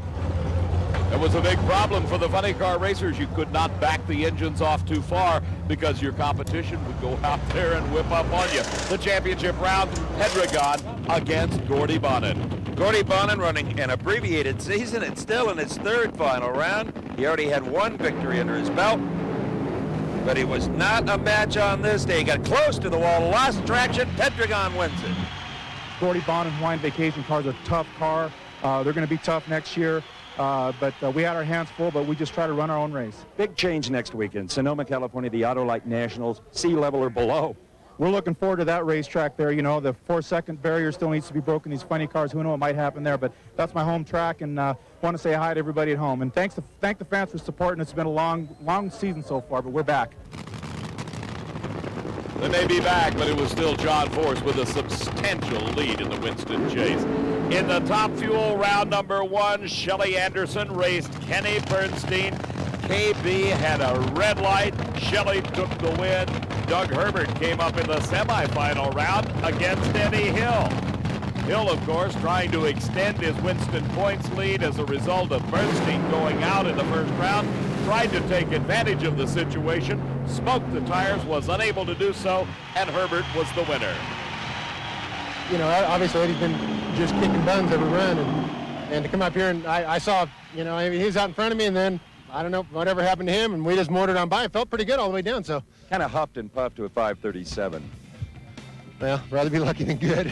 That's part of drag race. We've had our bad luck, so maybe it's time for a little good luck. While Herbert and Hill got together, Scott Coletta hoped his number 1 qualifying spot would pay off in his semifinal race against Mike Dunn. Not to be. Well, this car, whenever it doesn't drop a cylinder, it usually puts a number on the board, and it's tricky out here today, and I got my work cut out for us, and so does everybody on the team, but we're hanging in there, and hopefully we'll be here when the sun goes down. Well, Darrell went back to his trailer, got a computer printout, went to work on the tune-up, was back out on the starting line as the sun actually was going down. His man Mike Dunn to face off with Doug Herbert. 2 really good race car drivers. Mike Dunn with far more experience behind the wheel than Doug Herbert, and tremendous string of reaction times. They've made it to the final round, had not yet made it into the winner's circle. That would change in 5.14 seconds. Mike Dunn, Darrell Gwynn, 271 miles an hour. Herbert just couldn't get a handle on it. Only a 524 at 269. Down at the far end, well, they were planning their victory celebration at the nearest Mexican restaurant. far as points were concerned, Eddie Hill didn't get hurt too bad with Dunn winning. Hill, Bernstein, Dunn, Coletta, and Amato the top 5. 1 week later, it was the wine country of Northern California, Sonoma, California, and the Autolite Nationals at Sears Point International Raceway. In the Kenny Bernstein pit before the semifinal round, a heck of a thrash led by Dale Armstrong, who actually hit himself in the head with a breaker bar. They're having a problem with the bolt that holds the bottom pulley onto the crankshaft, and they had to get to the starting line, and did, as you can see, to face off with Eddie Hill. They had to stop Hill here. Beyond the halfway point of the 1993 season, every race was important, and this one between the 2 leaders in top fuel, even more so. Bernstein didn't stand a chance. Fuzz and the guys have been doing a marvelous job in this heat. What a Pennzoil crew we've got, what fun we're having. Thank you, Pennzoil. Thank you, Fuzz and the guys. And what an ET you got, a 493. 493. Oh, thanks again, boss. Eddie Hill referred to it, and Steve knew what it was all about out there in the sunshine. It was 110 degrees at Sears Point. You're right, downtown San Francisco was 95, an all-time record since they've been keeping weather records. All right, Corey McClanahan was up against Eddie Hill in the final round. Eddie Hill on this day, though, just had a little edge on everybody. As he gave credit to Fuzzy Carter after that semifinal victory over Kenny Bernstein, Fuzzy deserved it here as Eddie picked up the win. Everything just went swimmingly. I think we got a little help from the man upstairs. Got an awful lot of help from Pennzoil. And Fuzz and the rest of the Pennzoil crew did such a fantastic job in this heat. I mean, these guys probably got to sleep for 2 days. I mean, they are beat. While Eddie celebrated his top fuel victory, an extension of his Winston points lead. In round number 2 of Funny Car, Chuck Etchells and Cruz Pedregon. Everybody had trouble getting a hold of the racetrack. Both these cars did, and Etchells' match race experience paid off. 590 wasn't pretty, but it was a win. Indeed it was, and I tell you, all the heat and oil on the racetrack had turned it into a skating rink. Peggy Fleming would have a hard time getting down. The finals of Funny Car Eliminator. Tom Hoover in his Pioneer Electronics Dodge Daytona was up against the awesome Oldsmobile Cutlass of John Force out of Castrol sponsorship. You know, everybody roots for the Hooves, as Forrest calls it. And if Forrest can't win the race, there's nobody he'd rather see do it than Hoover. It's a good thing he feels that way because the Hooves beat him at 540. I tell you, it was the hardest race of the season so far, the heat here, and a great pleasure. What can you say about John? He's a tough competitor. He's a world champion. You didn't make any mistakes. You didn't get greedy. That was it. We were steady, and the guys just said, go with it. Don't beat yourself. If he beats you, fine. Just do your own thing. John may have lost the race, but he continued to win the war in the Winston Chase. Pedregon second, Etchells third, Hoffman, and now Tom Hoover, number 5. Round number 1 in Pro Stock. Ricky Smith in the swoopy-looking Pontiac up against Kurt Johnson. You know the season Johnson's had? Well, mechanical problems set in. He had to shut her down. Ricky Smith won it at 7:38, 187. Then it was Warren Johnson up against Gary Brown. Gary Brown hole-shotted Warren out of the park at 7:33 to a losing 7:28. That set up a final of Ricky Smith versus Frank Iaconio.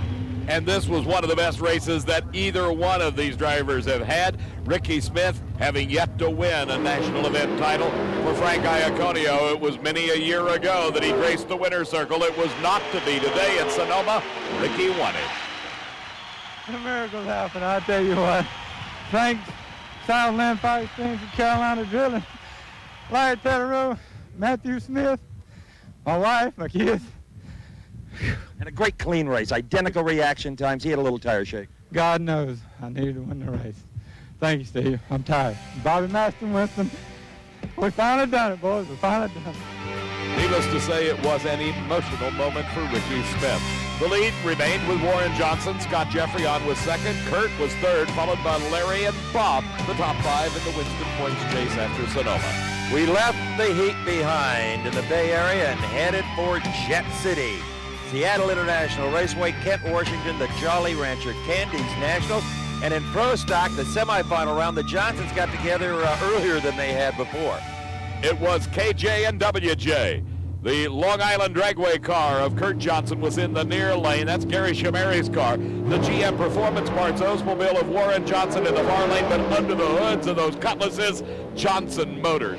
Warren Johnson horsepower. And what Warren feared the most happened in Seattle. The kid hole shot at him and beat him with a slower lapse time, a 17 to a 15. Pro Stock final then. Kurt Johnson versus the Cowboy Mark Powick, looking to make it 2 wins in 93. The Summit Racing Oldsmobile of Powick came into the final round as a strong contender, but the youth of Kurt Johnson prevailed at the starting line. He got the advantage, and he also had the performance advantage by 300ths, a 7:15 to a losing 7:18. We stood here, in the beginning of January now. It was my first round win, and you were standing here and look at this 6 months later. Put 4 of them together in a row. 6 months later, and it was Kurt's first ever national event win. Here's what it looked like against Mark Powick, and Powick knew that he had been soundly defeated. The victory by Kurt moved him into second behind his dad, Scott Jeffrey, on bump to third. Again, Morgan and Clinton fourth and fifth. Seattle International Raceway, one of the first tracks that paid John Force money to come and race, and that was a long time ago. But after all the victories of 93, we ask him, are you still possessed with Pentagon? Let it go. Not a chance. He broke my back last year. He broke the bank book, and this year I'm going to ruin his life. Because I've had enough of being a nice guy. He ruined mine, and I'm going to do my best to ruin his life, because if I don't, it's going to ruin mine. I think we could dub John Force the Ruinator. Ooh, that's good. This late in the show. All right, but it was Pendragon and Force in the final round. Look at Pendragon go. Look at Force go by to win number 8 at a 5:17. He was right with you to 1,000 feet. I didn't have a clue, but kid does a great job, and I told Cole, I'm going to cheat you on your ET and everything, because I got to try to put a light. I don't know what really happened, but I'll tell you one thing, championship or not, or whatever's going to happen, I'm really proud of this team. I love Austin Coyle and Bernie Federley. These guys give me a muscle race car. That's all I ever asked for, and it's just a great feeling. If you've noticed one thing, no fires, no problems with Force this year. Look at the lead he had after the race at Seattle. It's a good thing Eddie Hill came in here with a big top fuel points lead, because he and Ursi will erase the Seattle experience from their memory bank. This was round number 1. All that raw fuel, so typical of the yellow car. Up against Doug Herbert. Hill overpowers the racetrack. Herbert whips him with a 496 at 290. Eddie and Ursi couldn't help wondering, had they opened the door for Bernstein? That question was answered in round number 2 when KB came up against Rance McDaniel. McDaniel has been the plague of many a top racer throughout this entire 1993 season, and he did it again. And Bernstein was gone. Well, Kenny, there's no pleasant way to lose in this sport, but via the hole shot is one of the toughest ways on a driver, anyway. Red light's tougher than that. At least you got a chance when you're late. One of those days, hey, best we can do. That's all we got. Bernstein had the quicker elapsed time, but could not overcome McDaniel's starting line advantage. Then McDaniel met up with Roy McClanahan, and his kid-like reaction times were just flat-out muscle by Jimmy Prock Power, even though they blew it up about 10 feet past the finish line. 488, 281 miles an hour for Corey. Big hole in the block. That means for sure an engine change. In the finals, it was Tommy Johnson Jr. in the Mopar Express Lube car and Corey McClenathan. After all the work between rounds, Jimmy Prock, his crew chief, checked things over at the start, found it to be good, but Corey Mack was just a hair too quick pulling the trigger. He red-lighted. Tommy Johnson Jr. won his first ever title. We were in trouble big time. He was pulling away, and I just said, boy, I hope something happens. All of a sudden, poof, he blew up, and we drove by. It was great. He had red-lighted to boot. He red-lighted. Oh, I thought he got out on me. I thought I was in trouble. Kenny Bernstein unable to take advantage of Eddie Hill's first round loss. They're followed by Coletta, Dunn, and Joe Amato, the defending champ, now number 5. And a long tow from Seattle to the next stop on our traveling acceleration show, Brainerd International Raceway, the champion Auto Stores Nationals in the land of 10,000 people named Peterson. And lakes as well. Okay. And in Top Fuel Eliminator, it was Corey McClenathan and Kenny Bernstein squaring off in round number 2. Now watch this closely. Corey McCart happens very, very quickly. The supercharger explodes, tries to take his head off, does blow a tire and take the wing off. This is out of control. I mean, this is my 3rd car this year, and it's just one of those things. I mean, this is part of the sport, you know. And you see him wreck like this all the time, and this time without a scratch, you know, I'm fine. It's just one of those things, and it costs a lot of money. Corey Mack thought they were all done. He underestimated Jimmy Prock. He got it fixed, but they were beaten in the semifinals by Eddie Hill. And in the final, it was Eddie Hill to go up against Tommy Johnson Jr. Johnson's second final in a row. As Fuzzy Carter looked on, Eddie Hill brought his Pennzoil dragster to the starting line. We watched from the Mopar Express Lube car of Tommy Johnson Jr. as Eddie Hill won it. 5:07 at 291 miles an hour. Not the kind of performances we had seen from Eddie earlier in the year. In Funny Car Eliminator, semifinal round, Chuck Etchels and John Force. Sweet revenge for Etchels as Force smokes the tires. Etchels 5:22, 285 miles an hour to head for the finals.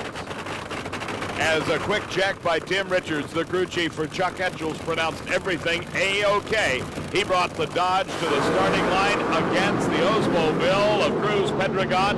The Golden Arches McDonald's machine, not quite enough. Etchels a 5:29.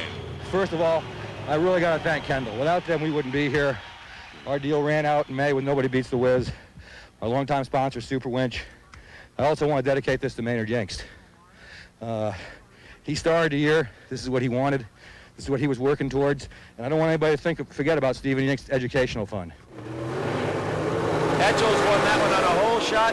Larry Morgan was hoping to do the same in pro stock competition. As Scott Jeffrey in the Dodge went through his burnout procedures, we went along for the ride. Larry Morgan and Jeffrey on stage. Great reaction times by both drivers, nearly identical performance. Went to Morgan and the win, 7:26 to a losing 7:28. In the other half of the Final Four, Warren Johnson and Kurt Johnson. Kurt had beaten the old man in Seattle. He had blood in his eye, Warren did. He wanted him. Warren Johnson leapt on his son, something he's very proud of when he can do it, and he whooped him, 7:25 to a 7:29. And that set up a Pro Stock final round between Larry Morgan and Warren Johnson. The two Oldsmobile Cutlasses staged very carefully, and Larry Morgan got the jump at the start. But he didn't have the power as WJ drove around to a 7:24, 190-mile-an-hour victory. On next to Indianapolis, Indiana, and the granddaddy of them all, the U.S. Nationals at Indianapolis Raceway Park.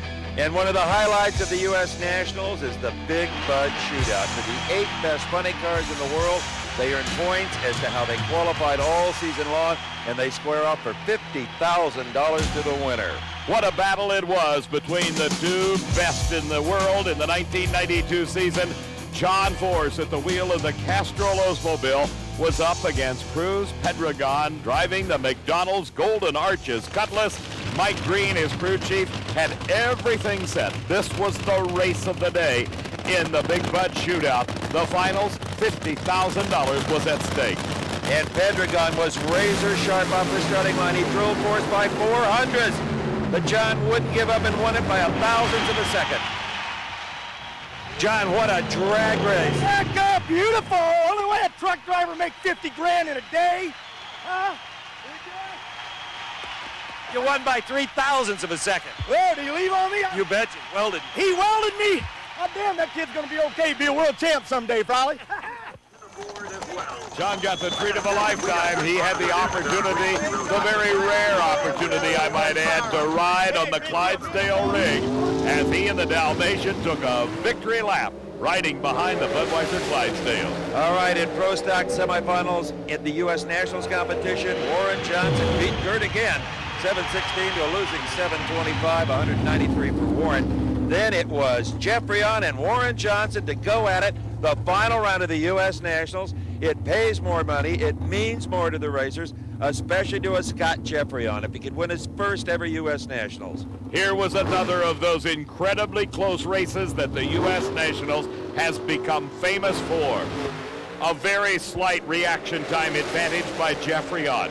A very slight performance advantage by Warren Johnson. The margin of victory at the finish, 1,000th of a second. WJ winning it over Scott Jeffreyon. Oh, so close. That was one of the closest Pro Stock finals in history. Thousandths of a second between you two. Perfect. It really hurts them then. I've never seen you this pumped up. Oh, to win a second one in a row, I mean, this is the greatest thing. I mean, this GM Performance Parts, Ray Best's Oldsmobile, and we're so damn happy. I can't believe it. We're happy for you, Warren. Oh, thanks. Emotion from Warren Johnson, that's a rarity. No wonder he's happy. Look at the lead he had over Scott in the points chase, followed by Kurt, Larry, and Bob. Here is the car, folks, that won their hearts at Indianapolis. Kenji Okazaki, Tokyo, Japan. You heard Jim Dunn say earlier in our show, I believe it was at Phoenix or Houston, Kenji just needs a little experience, and I'll start feeding him power. Well, let me tell you, out of the back of that pickup truck and an old pull-along trailer, Kenji had all the power a driver could ask for. The Moon Eyes Dodge Daytona, owned by Jim Dunn, tuned by Jim Dunn, was up against the McDonald's car. They went up in smoke, but look at Kenji smoke it to the finish line at a 5:31.281. Then in round number 2, he was against Chuck Etchels, and he train lengthed him. Kenji lowers the elapsed time to a 5:24. He was mowing this field down. He met up with Jim Epler, and he runs his first ever teen 5:19. Have you noticed how many fans are cheering for you here? No. A lot of them. Okay, thank you very much, people. Kenji Okazaki, you don't need a translator any longer. You know exactly what he's got to say. John Force limbering up his throttle foot. Force had never won the U.S. Nationals. He had won the Big Bud Shootout. He had never won the title itself, and he was up against Al Hoffman in the semifinal round, the blower drive service car. Tommy Anderson walked away.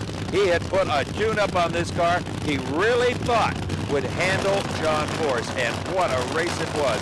Classic U.S. Nationals funny car competition. John Force, a 5:15 to a 5:16. I told Coyle on the burnout backing up, I said, this thing is too gorilla. The sun come out a little bit. She's going to smoke the heat. She's going to dance through here. They told, we're going to need it for old Hoffman. Let me tell you something. 500 feet, she's hunting. He's out the window. 800 feet, that son of a gun's out the window. She trucked right into the light. I didn't know who won. I was yelling at Bernie. Talk to me. They wouldn't tell me. You know who you're racing the final? Japan.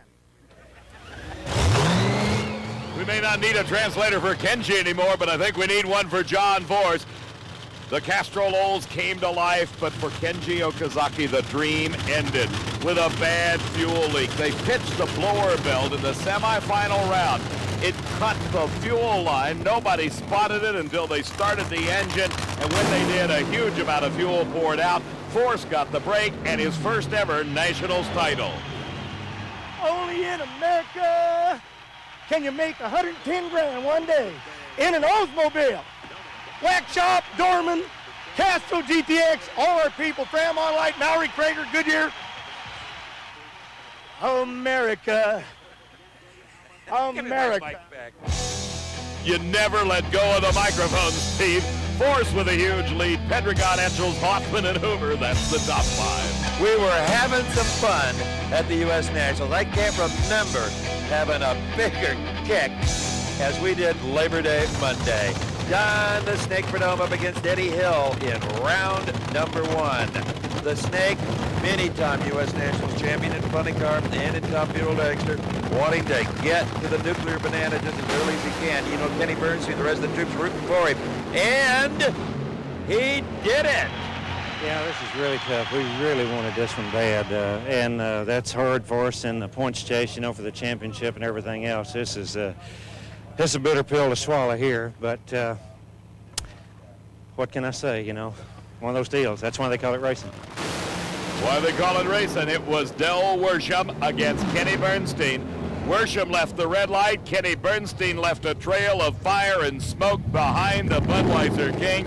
Kenny was okay, but there was serious engine damage as the safety safari pushed the race car, the damaged, injured car, off the track. They got it back together, though, for the semifinal round competition with Doug Herbert, and once again, Kenny Bernstein shied away from taking control of his own destiny, and guess what happened? Kenny drove a beautiful race. He had 200s in the bank when he left the starting line, but Herbert drove around him at 492. This morning I wouldn't have bet $1 on myself, I guess. And I wouldn't either. Yeah, you know, I don't know what to say. I mean, these guys are the best that there is, and when you beat them, it really makes you feel good. Scott Coletta with Dick LaHaye as crew chief looking on as the engine starts. Came to do the burnout to race the Syntec car from Castrol, driven by young Pat Austin. Here, two of the young lions of Top Fuel Racing that have left their mark in this sport. In the semifinal round of competition, the winner here to go up against Doug Herbert. We couldn't believe Scott Coletta hadn't won a race, and he wouldn't win this one. Pat Austin at 491 to a losing 488. Austin with his tremendous driving. There may not be anybody any better. The final round, Pat Austin against Doug Herbert. And this was a case where quite possibly the respective crew chiefs got just a little bit greedy. Jim Brissett looked on, hoping that his guy, Doug Herbert, could win his second event of the season and his first ever U.S. Nationals. Pat Austin, two guys under 30, they both lost traction. The better driver would win it. And that would be Pat Austin on this day. A 7:16 won the U.S. Nationals over Doug Herbert's 8:54. You win Indy, you've won the premier event, and that's just with my hat off to my crew, my family. They are the premier people of today, and I just love being with them. Thank you very much. No matter what the run looked like, there won't be any asterisk in the record book of the U.S. Nationals.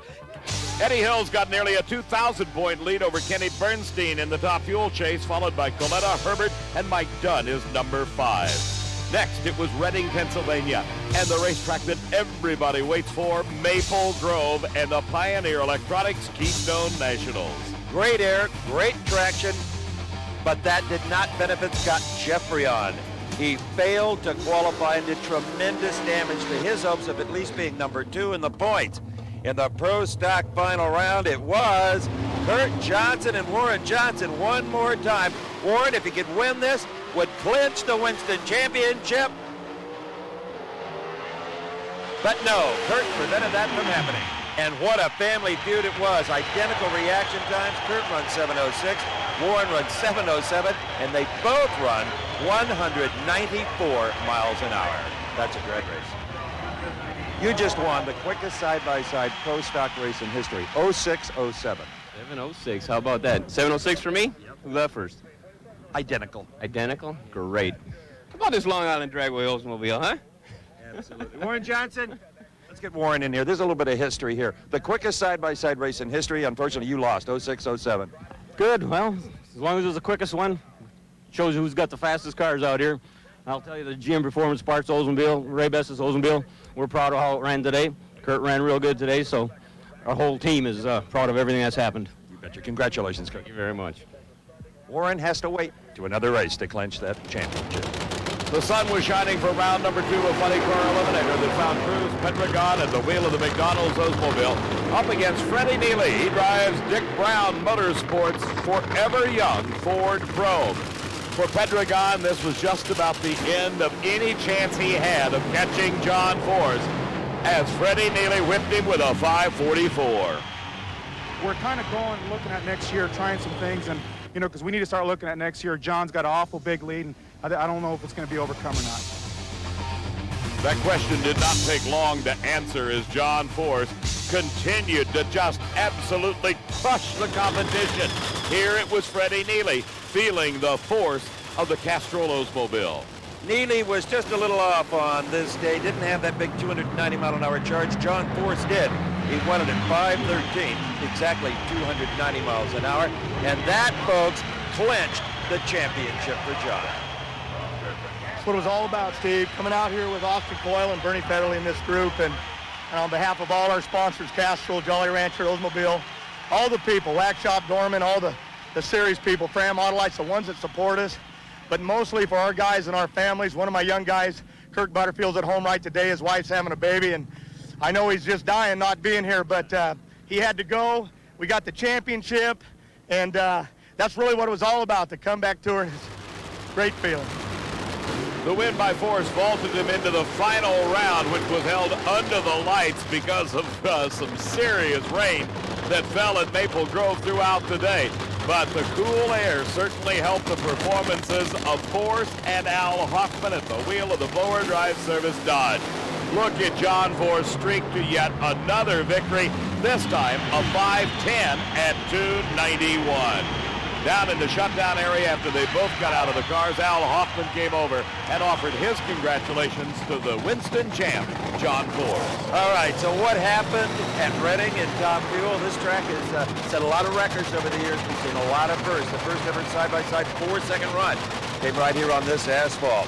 All right, it was Kenny Bernstein up against Michael Brotherton. This was Top Fuel round number 1. We keep talking about Bernstein trying to hold on. He couldn't hold on to Michael Brotherton. Brotherton whipped him with a 496 to Bernstein's quicker 493. Bernstein again beaten on a hole shot. You're looking at Shelly Anderson, the pilot of the Jolly Rancher Candy's Top Fuel dragster. That is her dad, Brad. He is the crew chief on the race car. She raced in the semifinals at Maple Grove. Eddie Hill with Fuzzy Carter turning the wrenches and heading that crew.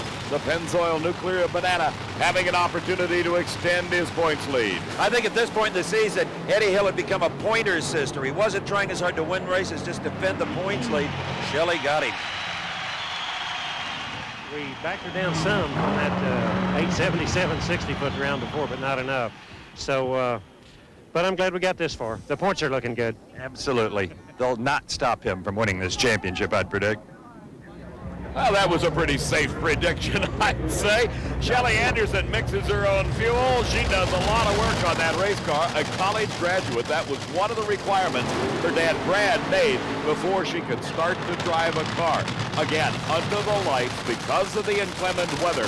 And that did nothing but help these race cars improve their performance. A pensive Darrell Gwynn looked on as his driver Mike Dunn, nearly a hometown favorite as he hails from Mount Joy, Pennsylvania, came up to challenge Shelly, but was not equal to the task as Shelly won her first ever Top Fuel title. Fantastic race. Really, was it? I don't know. 100th of a second. That's great. My dad did his job, and he's a Sears Craftsman winner, and one heck of a crew, and Slick 15 Jolly Rancher are wonderful. What a turnaround. I've never seen anything quite like it. Neither have I. Now if my brother wins Endeavor, the World Championship's over for him, so this will be great. Congratulations to you. Very much. Thank you. And her brother Randy did win the Winston Championship. For us, it was on to Topeka for the second time in the season and the Sears Craftsman Nationals. And what a wonderful change. The heat we experienced earlier in Topeka was gone. It was pleasant, blue skies, no threat of rain.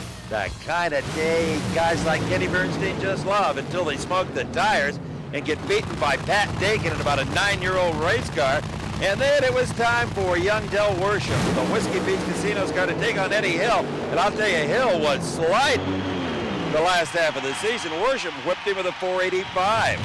And then Jimmy Prock checked that engine in the Corey McClanahan car. McClanahan versus McCullough, double burnouts. Double Max, how about that? And a Mac attack tripled, if you will, with the McDonald's dragster. Corey Mack, a new national record, incredible time. 4:76, the quickest time ever. Got to be, I don't believe it. Yes, I knew they could do it. Jimmy told me, wait, one of these days, we are going to do something these people are never going to forget. And Jimmy Prock and Ted Fashing and all the rest of my guys, they deserve it. I'm just a screw in the seat, so they speak, and I'm happy as heck for the whole team. And to do it here in front of all the people at Craftsman Nationals couldn't be. I'm belated. I don't even know what to say. Topeka was one of those weekends, Steve, not only in Top Fuel, but all the categories. Here came Corey Mack in the championship round to race Scott Coletta, two of the youngsters in the sport. They had problems with the Coletta car. There was a fuel leak, but Dick LaHaye and Connie Coletta conferred. Scott was sitting patiently in the car. Dick came over, gave him some instructions. I don't know what the hand signals meant, but whatever it was certainly paid off because this turned out to be record-shattering performances beyond belief. The fastest run in history. Scott Coletta at 308 miles an hour. You just went faster than some of your airplanes. What? 308 miles an hour. No way! Come on! I don't lie about these things. Yes, I don't know what to say. 308. Maybe we need to have fuel under the tires more often. A 480. Good job, Katie. 480? All right. 308, buddy. The loser celebrating with the winner down here. Scott Coletta, his first ever Top Fuel victory. In Pro Stock qualifying, Kurt Johnson had another wild ride. First, he slammed into the right-hand barrier, then crossing over the track, he hit the left-hand side, kind of shortened up the Oldsmobile Cutlass just a bit. They went back, found another car, another of those Scribner Brothers Torco Oldsmobiles, and Kurt Johnson took on his dad, Warren Johnson, in round number 2, and believe it or not, Kurt won the race 7:22 to a 7:21. Guess who was quick off the line there? Oh boy, it was Kurt. Now we got a chance to see David Rampy up against Kurt Johnson. Could he continue to do this in a borrowed race car? The answer to that is, hang on here. The answer is no. David Rampy, 7:23 to a 26. First ever final round, David. Well, we're just thrilled to death to be here. You know, this Winnebago Oldsmobile Dunny Gardner prepared car is just doing a great job, and things just been going our way today. 7:23, and by beating Kurt, that makes Warren the Winston champion. Well, that part don't bother me. All we worried about is trying to win this race. I knew it didn't. Wonder where he's from. Yeah, you bet. He's from the deep south. That is David Rampy, the former Winston champion competition eliminator, brought his Oldsmobile Cutlass, owned by Harold Stout, to the line to race Larry Morgan in the Castrol Super Clean car, and it was Morgan finally winning. Thank God I won. Thank God I won. I'm just so happy that we this is probably going to be the best win I've ever had. Well, that's Tim Richards, and he was part of an interesting story. Just before the final qualifying session on Friday, John Force and his people at Castrol put up $25,000 for the first 4-second run. They thought Force would do it. He had a mechanical problem, couldn't. Several pair later, Chuck Etchells rolled to the starting line, David. It was a wild moment. The Kendall GT1 Dodge, with help from Super Winch and Mother's Performance, made history this day, a 498. Chuck Etchells has just made history and $25,000 with the first ever funny car 4. What do you say? Richards lied to me again. He said it didn't have it in it. I don't know what to say. I'm overwhelmed. We can hear the crowd roaring from here, a 498. Wow, that's spectacular. Spectacular is hardly the word for it. Let's ride with him on that record-shattering run. 498 at 294. John Force had something to say as well. Steve, the real truth is opportunity comes once in a lifetime, and that's a record. No matter if we come out here and we run in the 4s and we back it up and we become the national record holder, credit to the Etchells team and Timmy Richards. They did what we won't give a shot in history at. By the time I run in the 3s or someone does, I'll already be dead, so it won't matter. But he did want 300 miles an hour. There was one barrier left. In round number 1 of funny car competition on a sunny Sunday in Topeka, John Force lost even that. Jim Epler, 300 miles an hour. Can't believe it. 300 miles an hour in a funny car. In a headwind. Huh? Into a headwind. I think that might have helped, to be honest, but got to give the credit to Mike Klober and the crew. The guy has done a heck of a job, and I don't know what to say. This is great. I wish my wife and kids were here to see this today. Epler loved it. Force hated it. Cheer up. It's not the end of the world. Boy, it really felt like it, but Epler did a good job. He set the last goal we were after, and now with the championship, we're just going to try to win this race here at Topeka and move on from here. The Ruck Doctor Oldsmobile definitely on everybody's mind when he came to the starting line in round number 2 to race Al Hoffman. Epler had a beautiful run going, but the engine went sour just before the finish line. So sour that the connecting rods punched a hole in the pan, let all the oil out, and he had himself one heck of a fiery ride. Well, not the way you wanted to end one of the best days of your life. Boy, you're not kidding. I tell you, that's drag racing 0 to 0, I guess. But that's the problem running on a budget. You know, we got all the talent in the world, but I don't know what we're going to do about this one. But we'll try. I'm just happy for Ruck Dr. Dillon's like to put on a good show for him, but not looking too pretty. Well, looking real pretty in the lengthening shadows at Topeka was the funny car final. John Force and Chuck Etchells.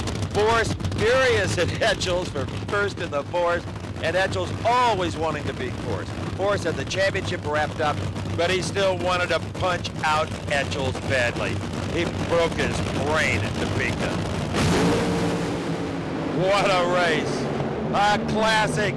Etchells 08, Forrest 09, Etchells 299. And Dave McClellan, that has got to be worth another look. Certainly worth the price of admission. Look at Chuck Etchells by just inches. He beat John Forrest at Topeka. That was a rare one. We had as many lead changes as a stock car race. That was wild. I mean, I saw him. He was out there. He disappeared. He was there. He disappeared. And just trying to struggle to keep this thing in the middle of the lane. What a deal. 508 to a 509. Did it feel like 299 miles an hour? It felt real fast. That's the last time I saw him disappear up there. I got to mention, this has been a historic weekend for us. Probably the best weekend I've ever had, will ever have in my career. Probably the hero of understatement, Chuck Etchells. Well, Dallas, Texas was the next site as the Texas Motorplex hosted the Chief Nationals. At the start of the season, everybody said, wait until we get to Dallas. Now the new slogan is, wow, what about Topeka? But we still had one more barrier that could fall, a 6-second pro stock run, but the weather just didn't cooperate. The final round was Kurt Johnson with his sponsor, De Jour, Texas Harley, up against his dad, and Kurt really welded him on the starting line. Kurt won at 7:20 to a losing 7:19. He'll finish number 2 in the points with that. Take that 4 out of 11. Well, I got to take my hat off to Don Ness and his crew. They put this car together after wrecking at Topeka. Uh-oh, look out. 9 days, and my team came here and assembled this car. All we had was a shell and a body. What a race, Warren. Yeah, now I get my motor back. He's been threatening that all year. You know there's a trophy over here. You guys want to run in here and give it to Kurt? Lita Jones with Kurt's National Event Trophy. Are they beautiful? They certainly are, and most appreciated by Kurt.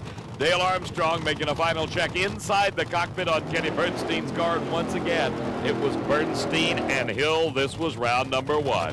And this was a chance, if he could beat Kenny Bernstein, for Eddie Hill to put the icing on the cake. Mathematically, it'd be over. He would be the Winston champion. His closest pursuer, Scott Coletta, would have run out of rounds of racing. From onboard Bernstein's car, you saw the yellow car. We'll say goodbye to it. Eddie Hill goes out in round number 1 for the 6th time in the season. Bernstein wins it on a whole shot. You'll be watching Scott Coletta very closely now. More than apt we will, yeah. If he goes out first round, well, it could be pretty good for us. Coletta did not go out in the first round. In fact, in round number 2, it was Scotty up against Joe Amato. Amato got the advantage off the starting line, but look at the world's fastest top-fuel dragster run to a 482. In the semifinals, Mike Dunn and Kenny Bernstein did battle. And this was a race to remember. Mike Dunn had 200s on Bernstein, off the mark. Bernstein charges on the other end. Identical elapsed times, but with a whole shot, Mike Dunn wins it at 491, 283 miles an hour. As we moved into the semifinal, Eddie and Ersie Hill had moved up into the tower to watch very closely. Rooting against Scott Coletta, nothing personal, just means a Winston championship and $100,000.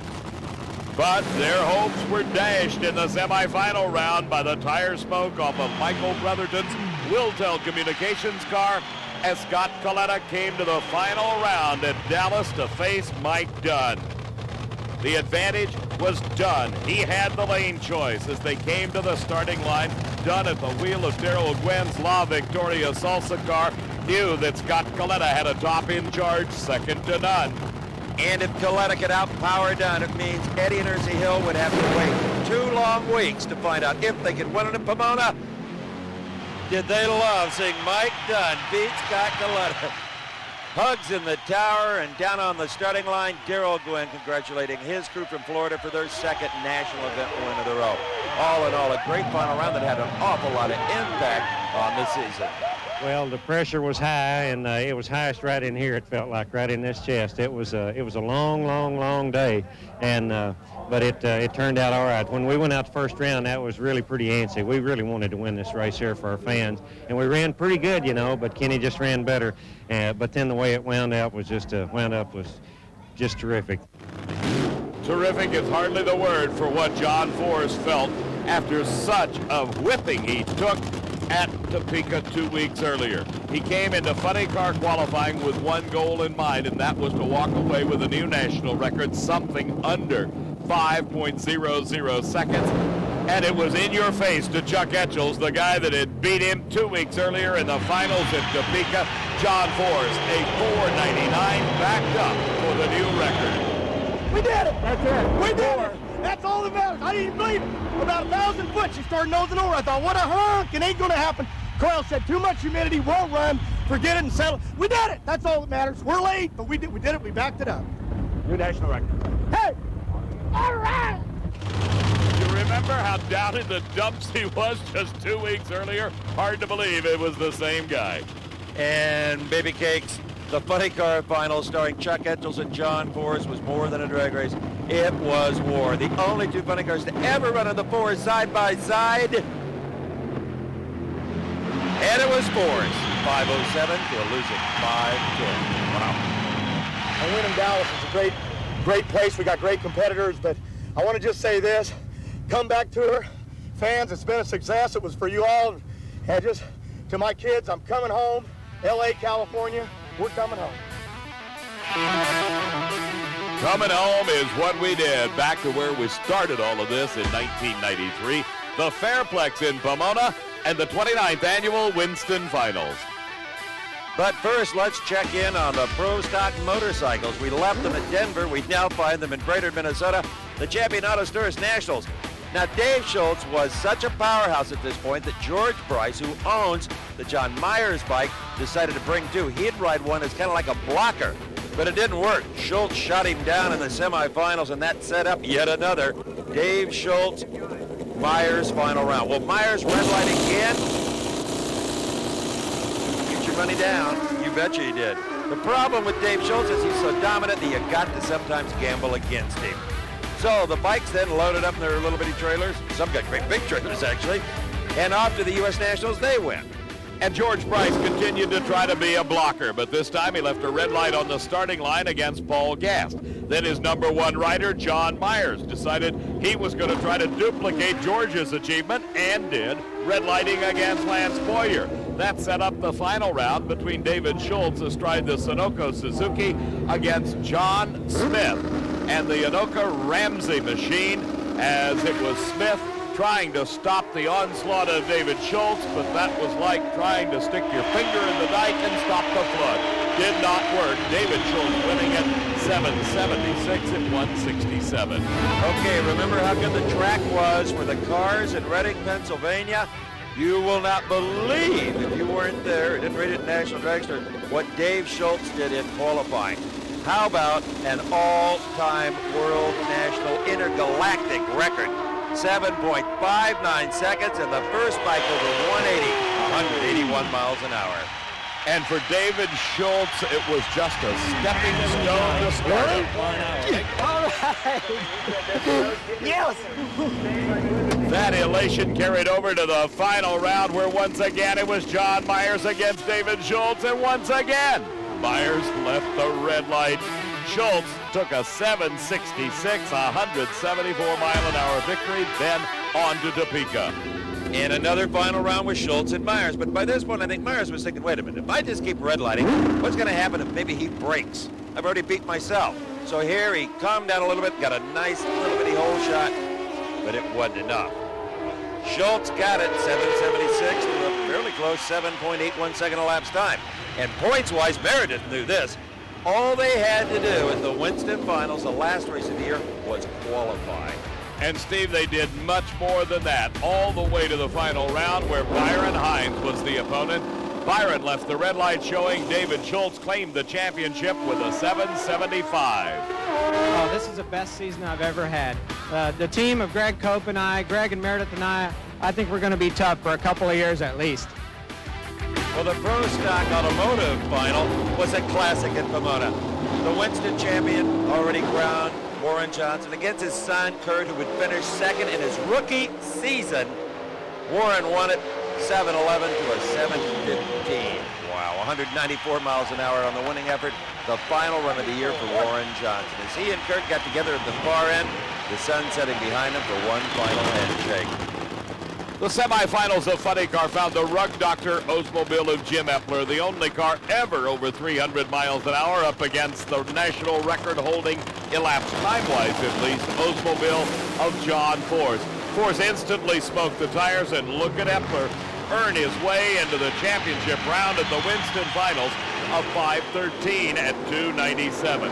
The sun had set by the time Al Hoffman and Jim Epler did their side-by-side burnouts. Hoffman had problems with the blower drive service Dodge. It would not go into reverse. Thus, Jim Epler got a single, and on this run set low elapsed time of eliminations at 5.10 at a speed of 293 miles an hour. But it was only Warren Johnson of the new Winston champs that really scored big in eliminations in round one. Pat Austin faced up with Eddie Hill, and Eddie Hill blew the tires of it and lost first round. Again, it's either go or blow for Eddie Hill. Now also in round number one, Joe Amato for the last time in 93 could keep that big number one on the wing. He's got to scrape it off and give it to Eddie Hill. When we come back in February, he was up against Kenny Bernstein, and Bernstein said goodbye, Amato. 488, 281 miles an hour. Bernstein was having a pretty darn good weekend. Until he came to the semifinals to race Rance McDaniel. This was one of the all-time great Top Fuel races, identical 489 elapsed times. McDaniel with a slight advantage off the starting line, only thousandths of a second separated him. That put McDaniel into the championship against Jimmy Nix. It was the battle of the ancients. Jimmy Nix had laid away Corey McLenithan in the semifinals. This time it was Rance McDaniel winning his first ever national event title, 487 at 295 miles an hour, and the celebration ensued in the shutdown area. Well, David, it's time for a final salute to our Winston champions. First, David Schultz in Pro Stock Bike. Here's the standing. Schultz, Myers, Smith, Hines, and Gast. The bottom five. Nyberg, Ayers, Phillips, Boyer, and Larkin. And one more time, we watch Dave Schultz launch off the starting line on that Sunoco Suzuki. What a season he had. Our congratulations to him. In Pro Stock Eliminator, Warren Johnson picked up his second Winston championship. His son Kurt finished second, followed by Jeffrey On, Morgan, and Howick. Then it was Glidden, Allen, Smith, Ekman, and David Ramping, number 10. And don't you know, Warren will be back stronger than ever. His son's going to Hawaii on a vacation. Warren's going into the dyno room in Duluth, Georgia. It was truly comeback tour 93 for John Force. Look at the points lead he had over Chuck Etchells. They were followed by Pedregon, Hoffman, and Hoover. Congratulations to Kenji Okazaki, number 6. Epler, Minio, Bolger, and Bazemore round out the top 10. Force's motto for 94 is, we're back, and the nightmare will begin.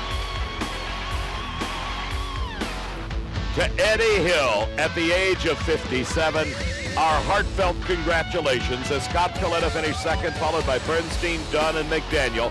Then Corey Mack, Joe Amato was 7th, Ed McCulloch, Doug Herbert, and Tommy Johnson Jr., the top 10. The best quote I heard all season long from the Texan was, what a great time this is to be Eddie Hill. What an incredible season it's been, Steve. Drag Racing 93 comes to a close. For Steve Evans, I'm Dave McClellan. So long.